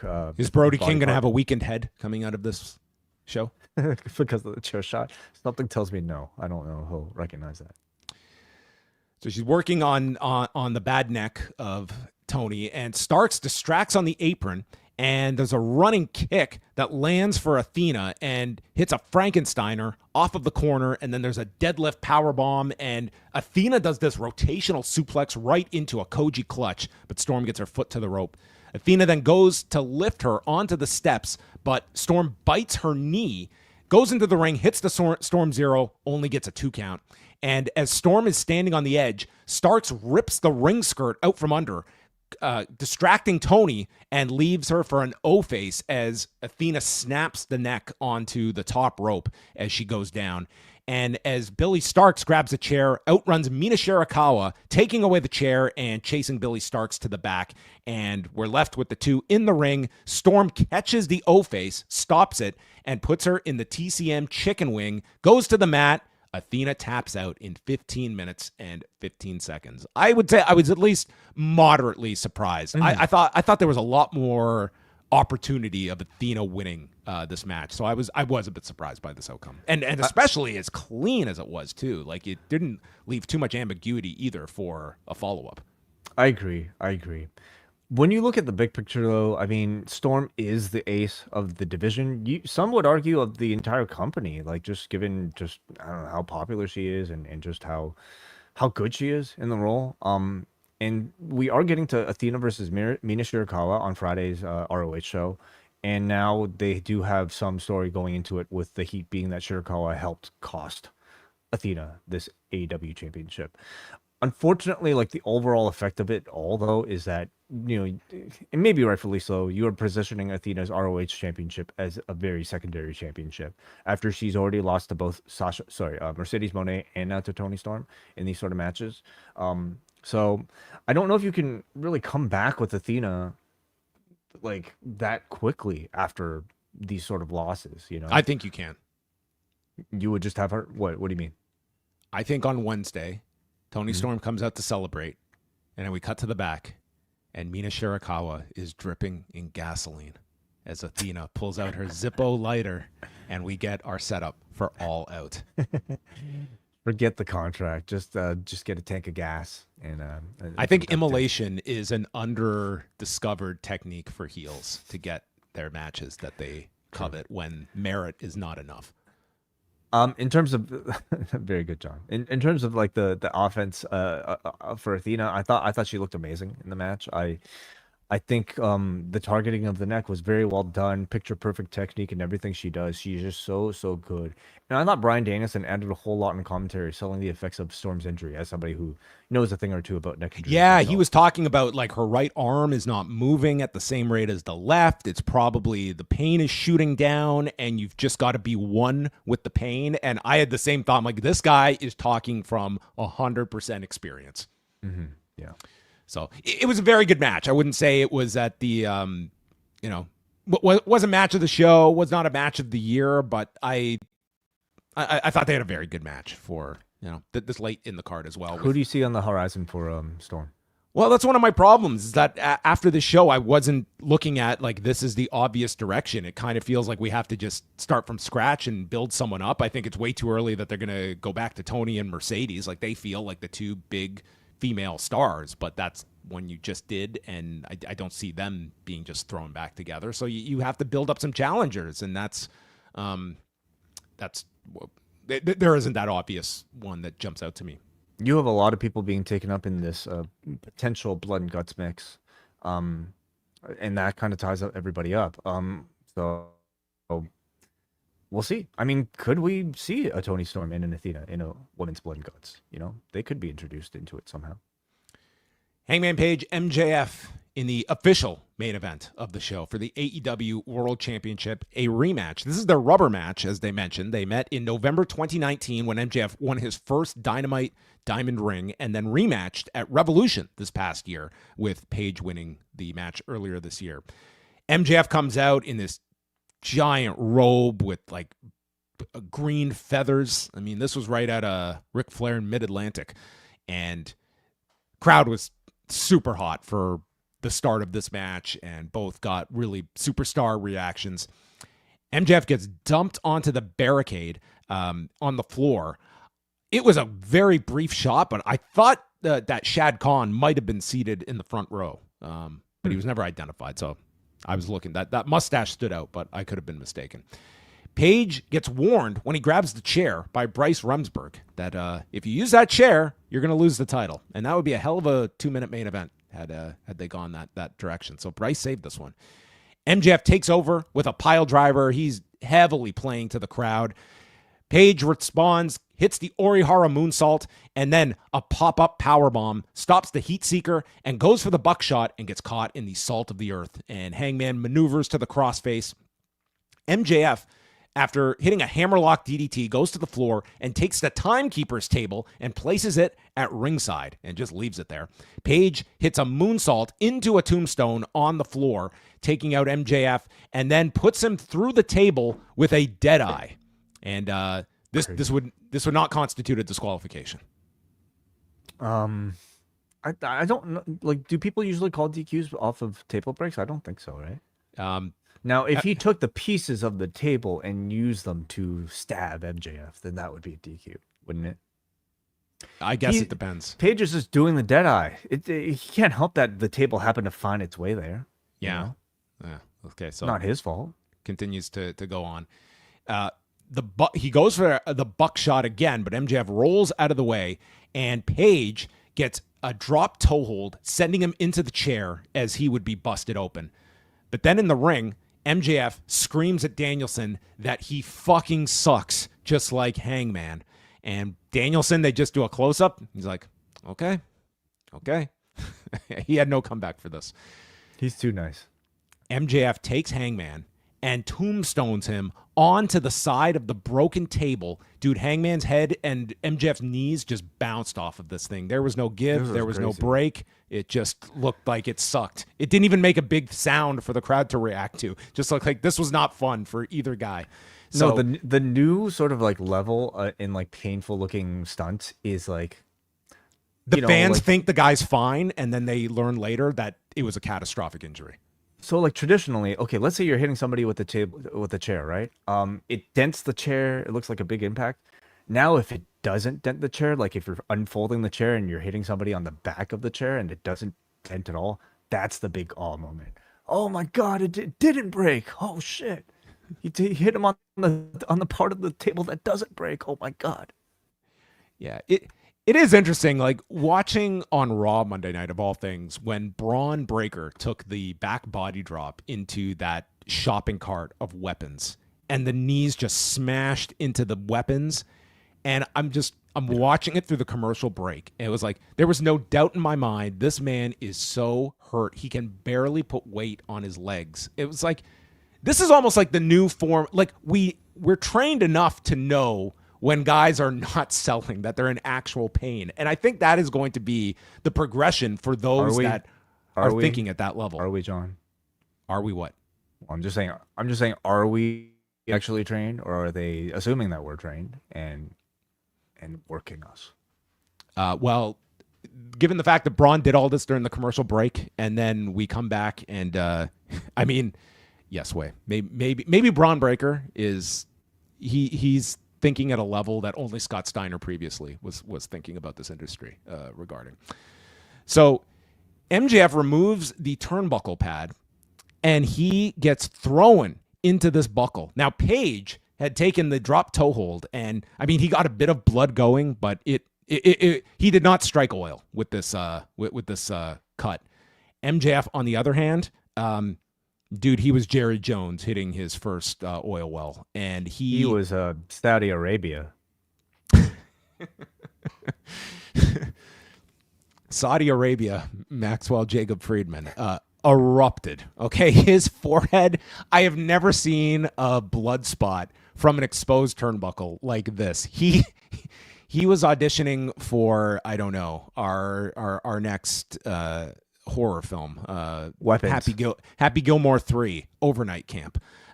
So he is just bleeding buckets here. They go into the fish out of water spot, ending with a dead eye for a 2 count, and this crowd just gets to their feet with a standing ovation after this.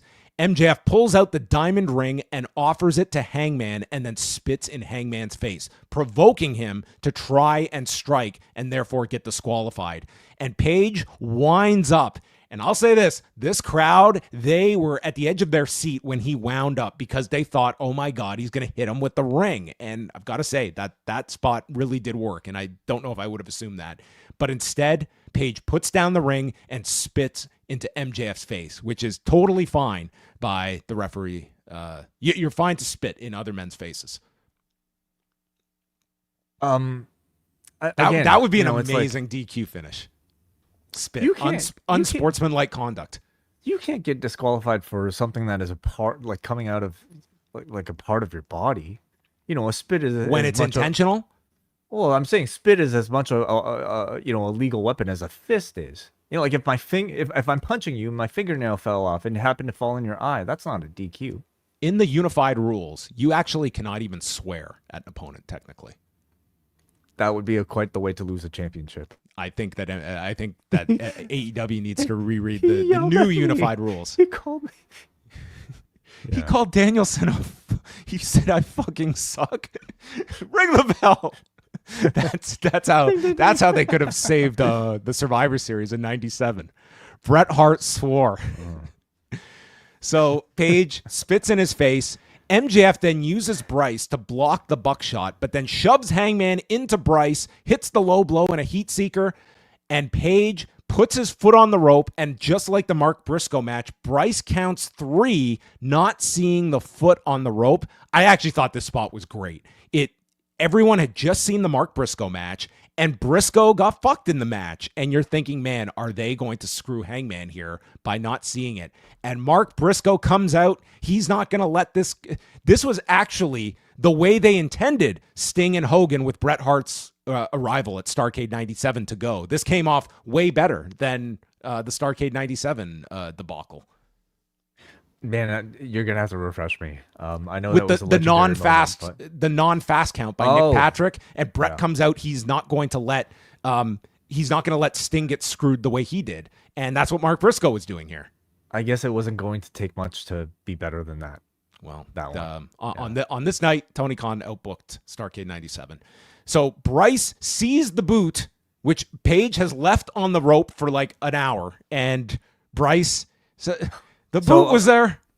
I gotta disagree with you. Okay, like maybe the callback to the Briscoe finish was fine, like just to introduce, but to have it be so long after the fact for Remsburg to still see the boot and for somehow that alone to nullify his decision, I thought was just bullshit and made this whole thing look really silly. What would have been a great way to tie all this together is that and this would have been very convoluted. I don't think this would have been a great idea. But if you did this and based on the precedent from several weeks ago where everyone saw on TV that Mark Briscoe got his foot on the rope, the referee has discretion to use instant replay. And he sees the boot, okay? And instant replay is used. And after this finish, they can go back and it shows Page using the contract, and that could set up your rematch. Well, he's got the contract already, so why do you need a reason to set it up? Well, maybe MJF doesn't want to use the contract. He wants a fucking another match without a contract. Just so he's going to run the rest of the. He's got the rest of the pay-per-view schedule for 2025. Okay, he's got it locked up.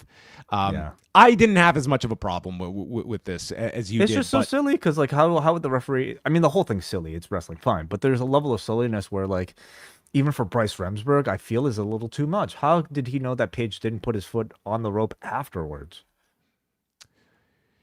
He's the Hangman. Okay, he would never do something so dastardly. Fine. Okay. So the match continues. Bryce shoves MJF, and he then ducks the buckshot and hits a low blow. Bryce sees Page on the ground grabbing his balls and points to MJF. Why is he holding his groin? This is like the first referee ever to call. It's like, why is he grabbing his balls? Did you hit him? No, Eddie Guerrero would hate this referee, I think. Yeah. MJF then brings in the CMLL light heavyweight title to distract Bryce and hits him with the clipboard with the contract for another 2 count. And then MJF puts on the ring, gets caught by Bryce, and Page, behind the referee's back, uses the clipboard, hits the dead eye and the buckshot to win in 31 minutes and 40 seconds, retaining the belt, and he dumps the open contract onto MJF's fallen carcass in the middle of the ring. Mm-hmm. Yeah. How long? Do you have a time? 31 minutes and 40 seconds. Wow. Well, they were pacing this to go long, and I thought like they delivered a very good long form match on the show. I really like the match, and I'm going over it though. I can certainly see a lot of people thinking this was like heavily overbooked, because just in recapping this, it was like Bryce Remsburg was as much a part of this match as the other two. Yeah. That's largely how I felt. But to me, like in recapping it, I don't want to take away from like, again, the 90%. I really enjoyed it in real time, and I wasn't even timing the match. I looked afterwards. Like this did not drag for me at 31 minutes, and this was by far the longest match up until this point in the show. It was yeah. It was incredibly well paced to go a 30-minute match, and they raised the intensity, I thought, really well. And just like it was very compelling throughout, and to be compelling for 30 minutes is already a very impressive feat in and of itself. I think they have great heel babyface chemistry. This one feels a bit different from some of their prior matches, because Page at this point feels, he's an anti-hero now. And I love seeing that a babyface and a champion at that isn't unwilling to show a little bit more of a sort of dickish attitude when it's presented at him by MJF. And that's been consistent with Page throughout this entire build. Had a good amount of violence. Both table spots were pretty crazy, especially for, a match with no DQ, supposedly. I thought MJF was great at playing this is the most violent title can change on a DQ match I've ever seen. Yeah. I thought MJF played like a pretty smart but cowardly heel, using, again, fake knee injuries to catch Page off guard. And for me, though, the negative was the over-reliance on the referee. I thought there was just too much, too much for me to still feel immersed in like the believability of all of this happening. I think MJF trying to win via countout and DQ added for some fun elements, but ultimately, I thought it made the match feel a little overbooked and overly gimmicky. When a straightforward match with maybe one or two of those cheating spots, I think would have made the whole thing feel a little bit more satisfying as a prestigious title match on a pay-per-view. So I think there's several options coming out of it. Number one is like it really does not suit the MJF character to just cash in the contract for a rematch. I guess like you could do that. It's almost as though like I feel Hangman using the clipboard, that's going to be a key spot in the follow-up, that's somehow going to, like, had the ref seen that, this would have been a title change. You could do something where MJF is like lingering over whoever Hangman's opponent is at All Out, or you could just go to this automatically for the next pay-per-view. It's not like you have anyone ready for Hangman at this moment, but like, what do you see this just being run back in September? I could, yeah. I feel like there was a very deliberate reason why they seem to reinstate the contract after like killing it, in the week prior to the go home show, and that's because they probably want a stronger main event, perhaps for All Out. Like I could see Jeff just coming back and saying, "Fine, now I'll actually cash in my contract just so I can get another shot at you." I kind of feel like Page using the contract here felt just more to me like a well sort of like delivered bit of irony, for the guy who tried to get no weapons involved and to use weapons anyway, for him to lose via a weapon shot. I kind of felt like it was for that. But I could see a stipulation added to their rematch for All Out. So that's the end of the official sanctioned version of Forbidden Door. What'd you think of the show? Yeah, you know what? Maybe we should take our thoughts overall to the lights out version of the review. Well, at this point, Bryan Danielson, our commentator for the last 5 hours, states, I have to recuse myself from commentary due to personal issues that I have with people in the match. And I thought that this really did outline that Danielson wants nothing to do with Kota Ibushi. We don't know. Well, maybe he's didn't like what he tweeted, Kota Ibushi, all those years ago. So yes, he recuses himself. So that's the end of Bryan Danielson for the night. And then the lights go out, and our main event is Jon Moxley, Claudio Castagnoli, the Young Bucks, and Gabe Kidd against Will Ospreay, Kenny Omega, Kota Ibushi, Hiroshi Tanahashi, and Darby Allin in the lights out steel cage match. Some interesting notes here. This is the first time Tanahashi and Ibushi have been in a match together since September of 2021, and the first for Tanahashi and Omega since the Wrestle Kingdom match in January of 2019. So some interesting ones there. Lifetime ago. Wow. They explain that much like Ospreay, Kenny Omega too has not been medically cleared for this unsanctioned match. And he does come out to Battle Cry, and not the theme that people have seemed to have hated in his return over the past year. They might be just saving that for his big singles title defenses. Yeah, to make people really angry. So the babyfaces just come out one by one, and the final one on the babyface side is Will Ospreay. And we go to this video, and it shows Will, and we go to old backyard footage, wrestling at York Hall, going to New Japan, and this is narrated by Alex Windsor, stating that no opponent is too strong if your heart doesn't quit. You chase the impossible, and if you're not afraid of what's next, then neither am I. And this is like the first time they've actually acknowledged this relationship like very openly on AEW programming.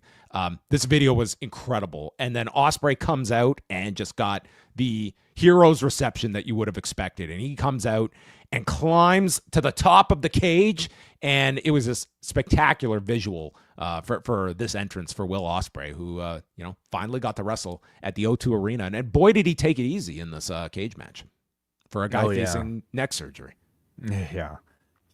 Yeah. I mean, this was a very special entrance for what felt like the main character of this entire show, and to me, I thought it felt extra sentimental, knowing that he was probably going to go away for a while, and that he would even be a question mark for next year's Wembley show. So this might have been the last big Will Ospreay match we were going to see for quite some time.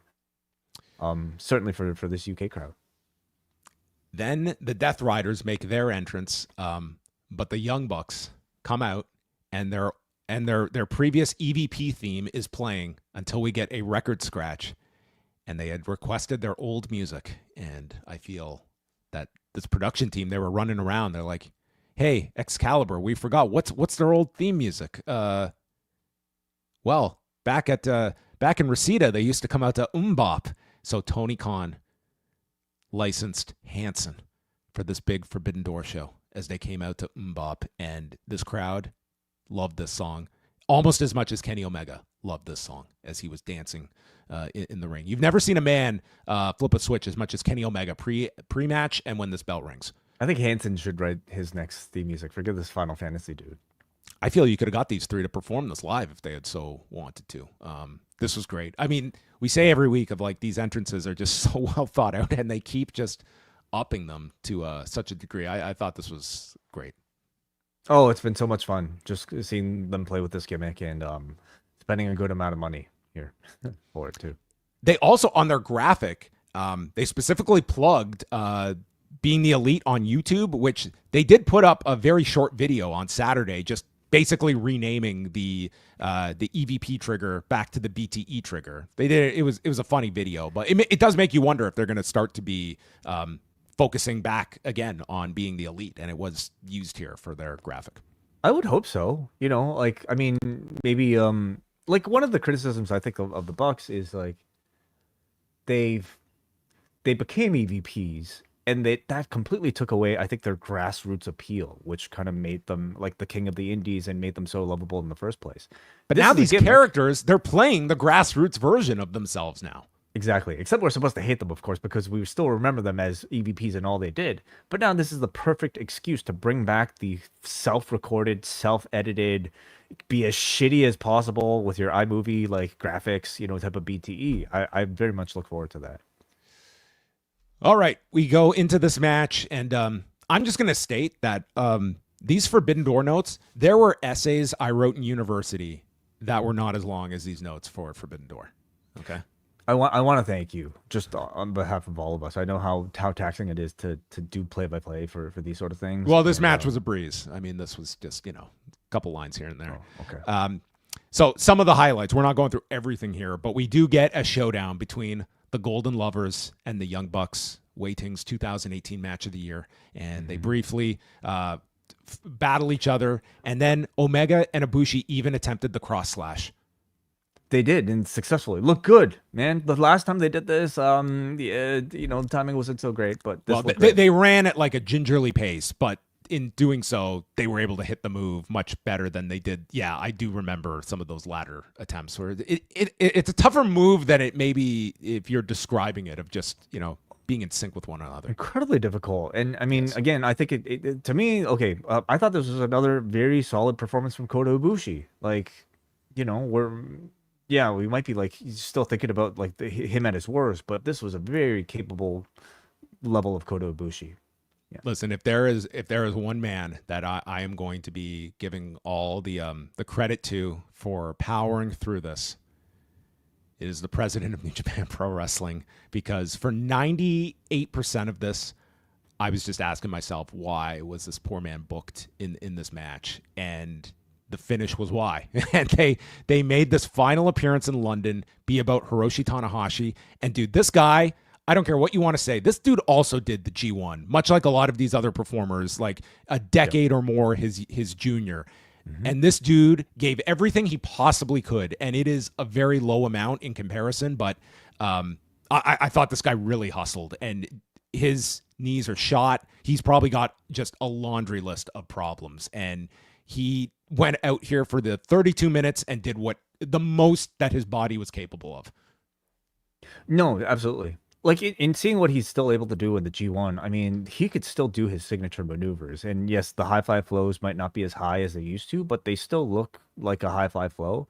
And I think, if anything, this entire crowd, being, I think, as smart as they were, recognized his limitations, and we're still treating him with the reverence and seeing the effort in spite of, how slowly he was moving. And it made him suddenly the most sympathetic person in the entire match, especially when they were crafting spots around him, like having the 5 members of the Death Riders team and the Bucks team gathered around him and having Tanahashi fight off that traffic. I thought it was very compelling. So Nick gets the bag of weapons that the production member had secured for them, and it's revealed as a bag full of gummy bears. And Moxley is like, what the hell, guys? You had one job.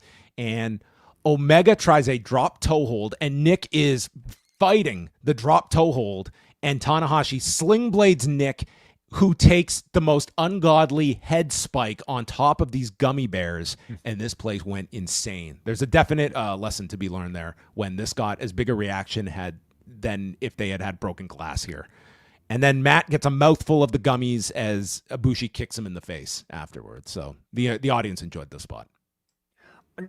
I loved it. I mean, I'm sure there are people that might have been upset over it, but like, I always have time for the Bucks, especially in this incarnation of their characters. After seeing the Brody King spot, I was saying let's make this the staple of these matches.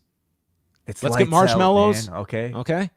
I want like sure. Oreo cookies and I don't know whatever else you can conjure up.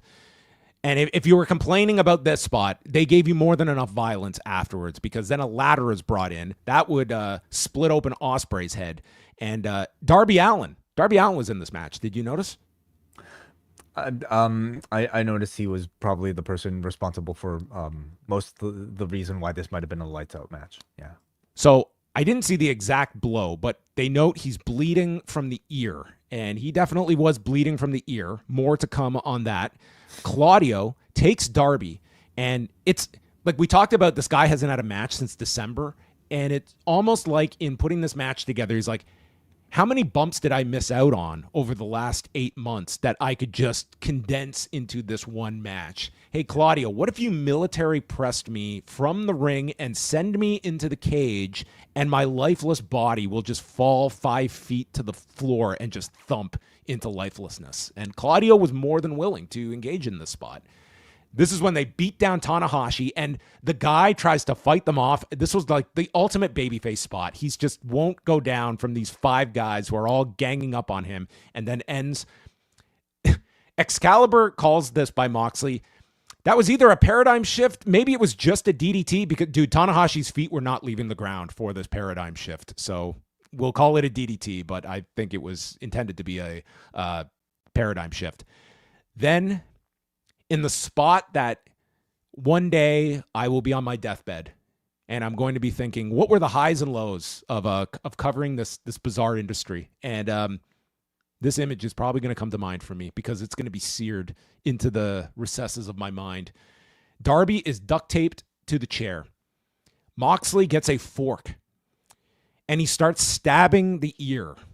And it's zoomed out. I'm like, okay, whatever. It's a nice like sight gag. No, then we zoom in. He is carving at this thing like he is trying to pierce more holes into the guy's ear. It's draining blood. And in the words that only Jim Ross could summarize, that is just gruesome. This was so gross, dude. It was just, I had no stomach for this. I was glad I had not ate prior to this. Yeah, and you have a thing about ears, right? Like dating ears and eyes, I'm not a Jeff big Hardy fan of. Yeah, the Jeff Hardy thing was, dude, this was a walk in the park. Jeff Hardy was a walk in the park in comparison to this. This was just, this was absolutely disgusting. But gross. Yeah, gross. I take the gummy bears over this. Persecute me. You knew something like this was coming. I mean, it's John. No, Moxley. I did not. Well, it's John Moxley. It's Darby Allin inside. Do you know what we're gonna get in this eventual match between these two?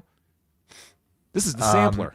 I shudder to think where they could stick a fork into on a person's body. So Darby is just dead.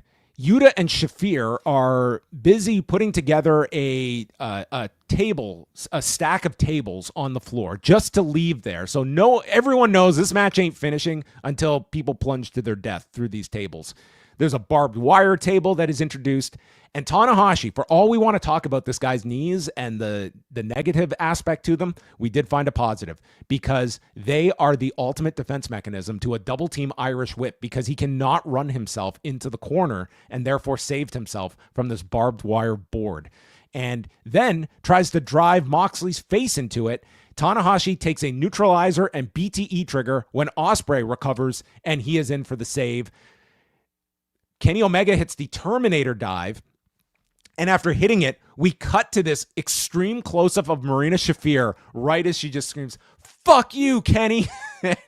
That part was as memorable a part of this match for me as anything else. I'd rather remember this than the ear spot, to be quite honest. This was such a perfect cut to Marina Shafir. If she was in the match, this would have been disqualified, this match. It would have been over if they were following the letter of the law. But this is an overseas show. I don't know if the British Board of Control would be looking at this, or the boxing control. Tanahashi climbs the ladder. Never a good idea. So Ospreay and Ibushi talk this guy off the ledge. They're like, no, please, Tanahashi, don't. They were very, again, aware and treating Tanahashi as if he was Sting, basically. This is crazy grandpa who wants to play with the kids. Which is not how New Japan will be framing him in any of his matches for the rest of the year. So then, after all of this concern for Tanahashi, who could do damage climbing a ladder, Ospreay then just scales to the top of the cage and casually hits a moonsault to everybody on the floor. Did they give us a reason for why the heel suddenly just all ran over to catch the best explanation was Excalibur, or one of them, said, well, we thought he was going to leap onto Wheeler Yuta on the floor, but he ended up none of them were expecting him to moonsault back into the ring. How convenient. And how convenient for Will Ospreay that all the heels just happened to crowd around. This was a very manufactured spot, but the audience went cool insane for it, and it looked pretty spectacular. Kid and Omega are left into the ring to replay their feud from earlier this year, and we just get into a procession of spots. Darby is back to life, and Moxley and Omega have their showdown. There's a V-trigger, one-winged angel that connects, but the save is made.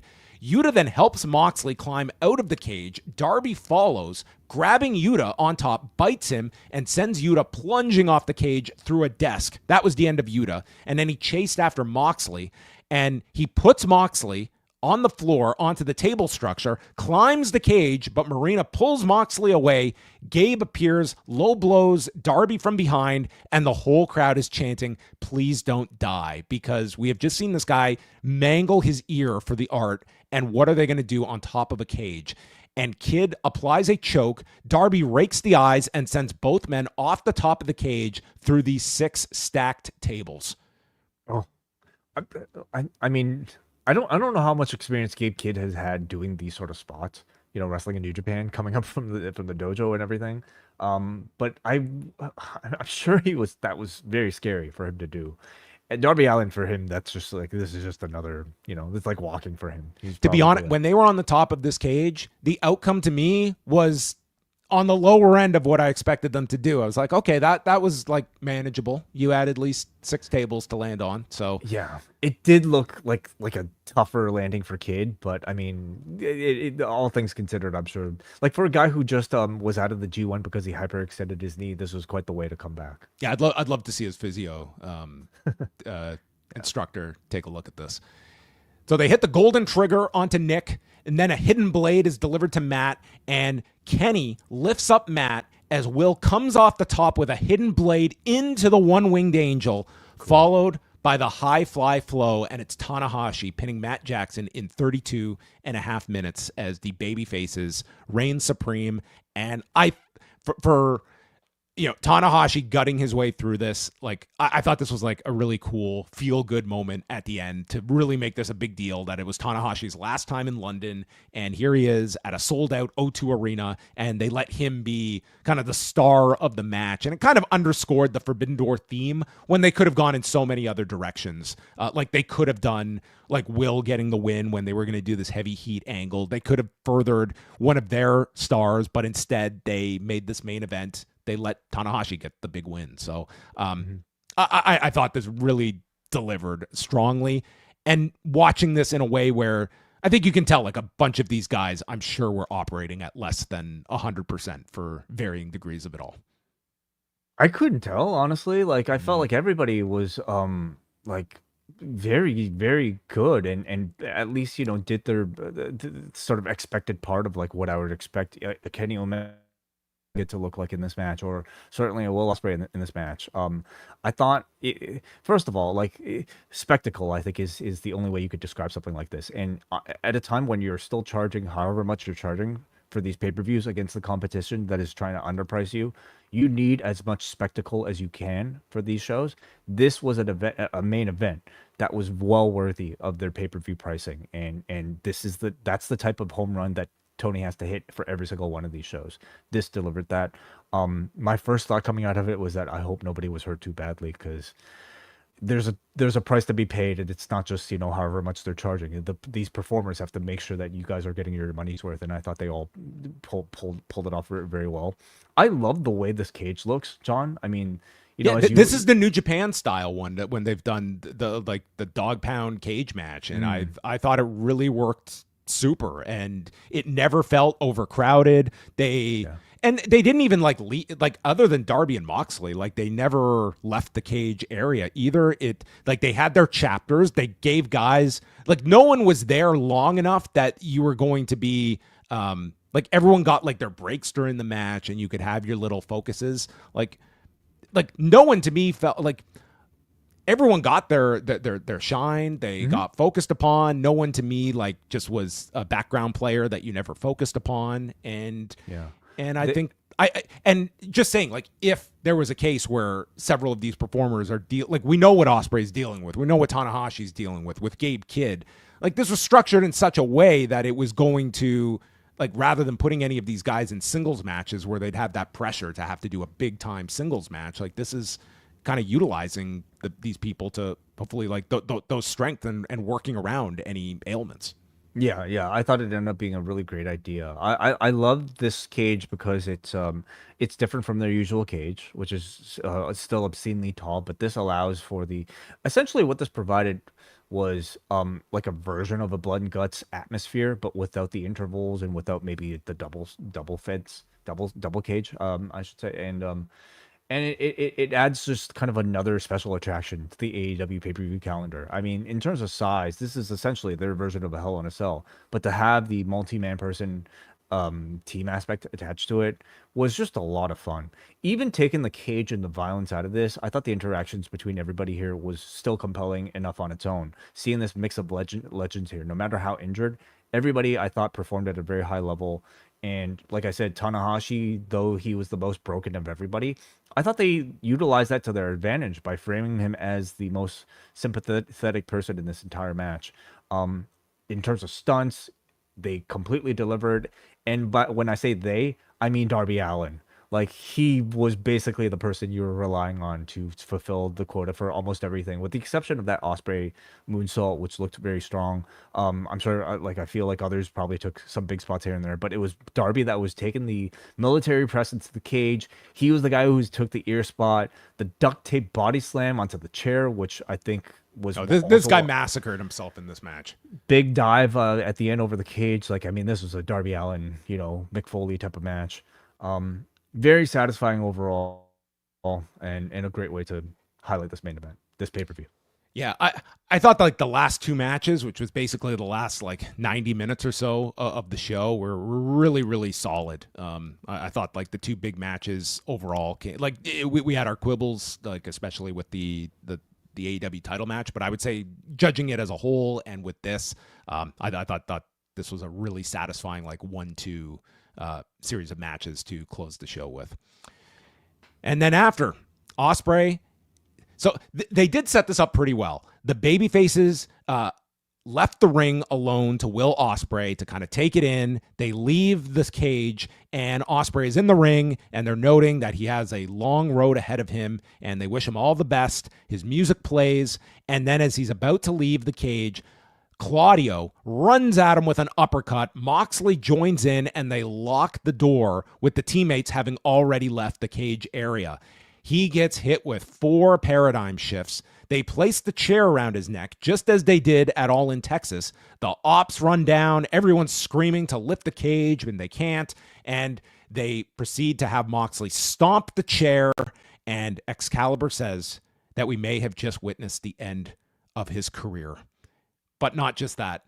He then takes the severity level up a notch and says it could be life altering. And that's the end of Will Ospreay, the write-off. And I don't know how I felt about this. Like, I think it's kind of the tried and true method that, hey, if a guy's going to be going off, let's at least put some heat on some heels on the way out. I don't know how effective that necessarily is, because a lot of the times when these guys come back, it's like the characters have moved on and we sometimes don't even get to some of these programs, but they did it with the Death Riders. It did get a lot of heat in the building, and the announcers treated this a lot like the same way they destroyed Bryan Danielson last year at the end to write him out as well. So you have that kind of comparison with Will Ospreay. And yeah, they just... I mean, it was kind of the one thing where it's like, okay, we got it. He's got a neck injury, so we're going to deliver 4 paradigm shifts. Then we're going to stomp the neck. It's like, does everyone get it? He's got a bad neck.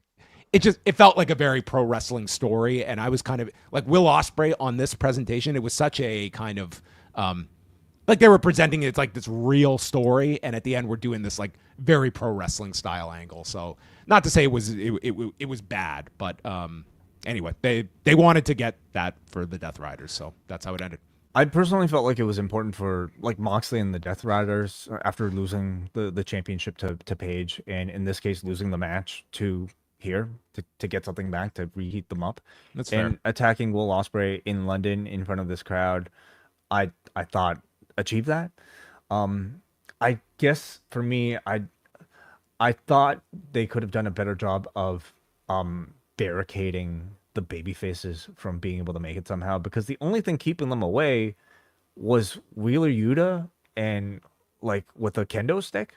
Like they had Yuta waiting at the bottom of the cage with the kendo stick to fend off the baby faces. And for a team of like 10 baby faces, or sorry, 5 plus like the 3 ops, I felt that was a little silly that they couldn't climb their way. And when we just saw Marina Shafir climb her way in like easily. So I wish they came up with a slightly better way of barricading it, but that might be a nitpick to some people. There you go. Forbidden Door. How'd you feel about the show overall? Like as a follow-up to All in Texas, and sort of like the build versus the execution of the show.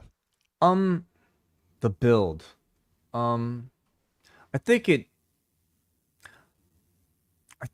it might have like this felt like the least Forbidden Door of any of the Forbidden Doors, right? Maybe by the end it was very different because you did end on like a Hiroshi Tanahashi type of like, very feel good moment. The friendly reminder door. But because of the timing with the G1 and whatever's going on with Stardom and CMLL, like you basically had very little interaction in the lead up to all of this. So it did not really feel like that at all. And at this point, I don't even know if we should be stuck to that. Like this should just be it's like focus. Throw out the title way. It's like, yeah, it's an this crowd show. This crowd, like they sold out when a massive venue. It's like this crowd was not. I don't think this crowd was upset with the show they got, and I don't think it's an issue because if this was all co-promoted matches, then this would have a lot less star power. Let's be honest, because all the biggest stars are in AEW right now. So I don't mind it. And as an event, I gotta say like I think it's a step down for me, like overall, when I'm looking at the entirety of the card compared to like maybe some of the recent AEW shows. But man, this main event was just, I thought, so outstanding. I was very happy with the last two.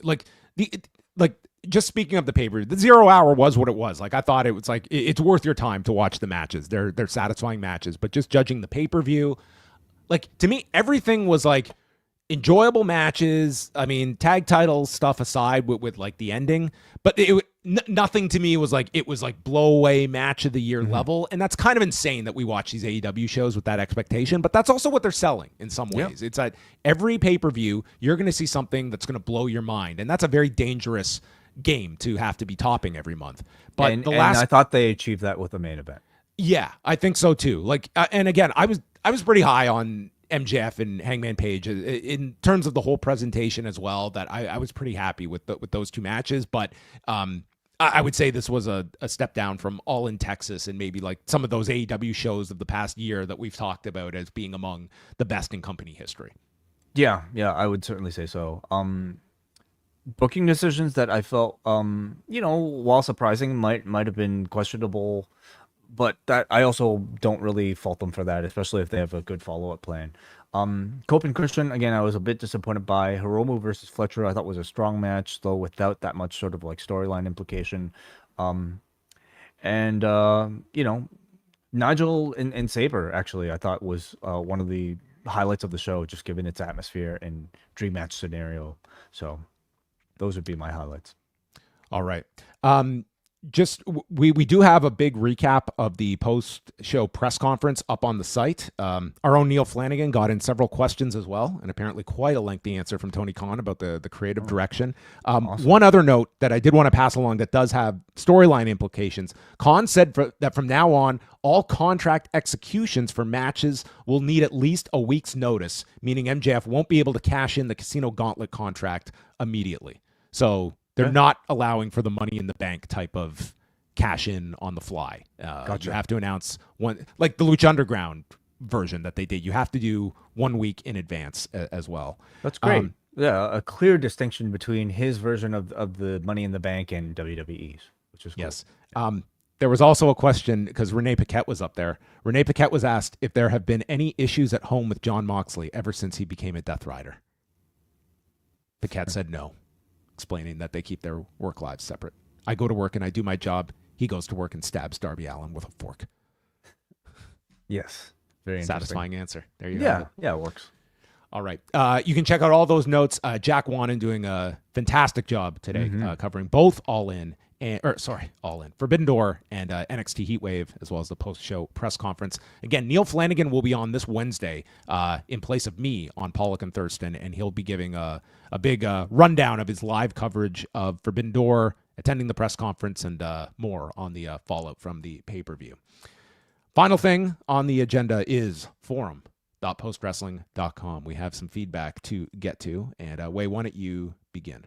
Sure. Of course, forum.postwrestling.com is where all of our patrons from the Post Wrestling Cafe can leave their feedback to any of the shows that John and I do, and many of the others on the network as well. And let's go to Dave, who says, another great show from AEW. I've been thoroughly enjoying the quality of in-ring matches AEW provides lately. I thought Hiromu and Kyle delivered one of the best undercard matches I've seen in 2025, and Wardlow's return in alliance with the Don Callis family was a nice surprise.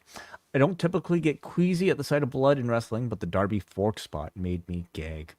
There's been a lot of chatter on Twitter after the TBS title match about Bozilla. Do you think AEW learns from the mistake they made with Stephanie Vaquer and inks her to a deal, or would you consider her somebody WWE might have an interest in? I mean, in theory, she's got to deal with Stardom. So it was like, that's sort of you have to work that out with Stardom if you want like some kind of dual deal. I mean, there's always going to be that risk. Like, you are using talent on, this is the one pay-per-view of the year that you're going to use talent that you don't necessarily have under contract. So it's a risk. And if I was WWE and I saw Bozilla, I'd definitely be interested for sure. And I would think if WWE is really on the ball, they would have been aware of Bozilla before tonight. And I do wonder if Tony, like, I'm sure he would have considered, if he was concerned about this, I'm sure he would have considered it prior to booking these matches. And so I'm kind of curious if, I don't know if we'll ever know this, but like, I'm curious if he has some sort of agreement with, or CMLL and a Stardom to only use talents that might be somehow locked up and prevented from appearing in WWE, like, let's say the next week, for instance. But ultimately, I just don't know if that's something you can really worry about too much when you're promoting a co-promoted show. You know, I mean, they might think twice about like crafting an entire match around a Bozilla if knowing that she's going to be a free agent right away.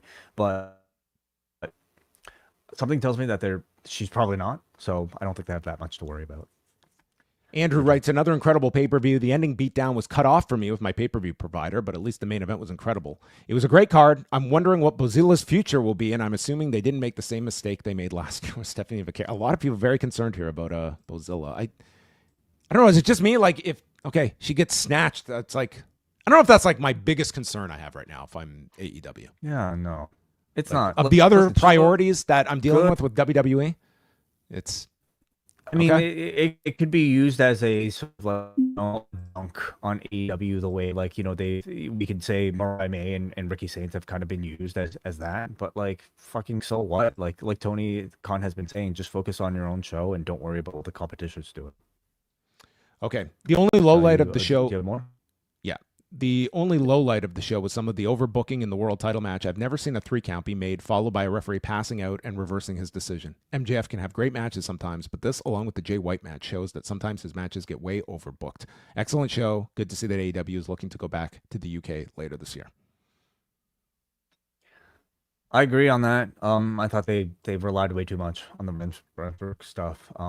And if they cut all the stuff out and limited it to, again, 1 or 2 cheating spots, ref spots, I think that would have been more than satisfying. Let's go to Carl Crosley, who sends 10 pounds of a super chat. Thank you very much, Carl, who says, hey, John and Wai. Carl and Chris here in the UK. Chris is not asleep this time. I remember. Amazing show. Saw Kip Sabian, Penelope, and Harley Cameron in the pub afterwards. Chris is awake. All the best. Well, I hope you guys are enjoying your time.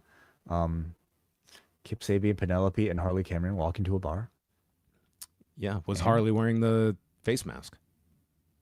I wonder. Sounds like a great time. Thank you very much for the super chat and feedback. Eric from Cork, Ireland. Okay, let's go to... Good show live with a great main event. If they are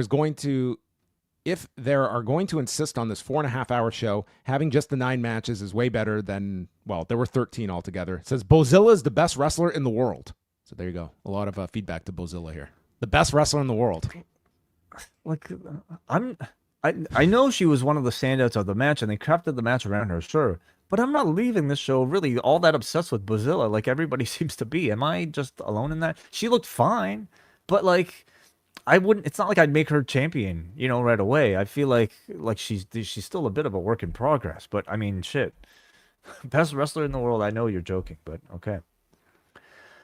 Brian in New Jersey says, I thought this was a really fun show with all said and done. My favorite match may have been Sabre versus Nigel. Hell of a brawl and another heavy angle to close things out. Ospreay and Swerve written out for surgeries. A lot of sports entertainment crammed into the closing minutes of Hangman and MJF, but I thought their match was very well done. With a heel like MJF, who needs evil?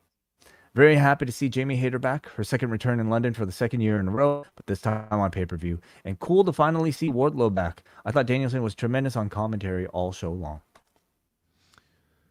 All right, Jordan from the Bronx. First off, prayers to Psycho Stu after that completely uncalled for attack by Raja Jackson. A very disgusting act, and charges should be pressed to the fullest extent. Yeah, we'll probably get into this more on Monday, but yeah, there was this incident involving Raja Jackson, who is the son of Quentin Rampage Jackson at an independent show where he attacked this wrestler, Psycho Stu, and just yeah, I have not watched the video myself. I'm familiar with the story, but we'll probably get into that more on Monday.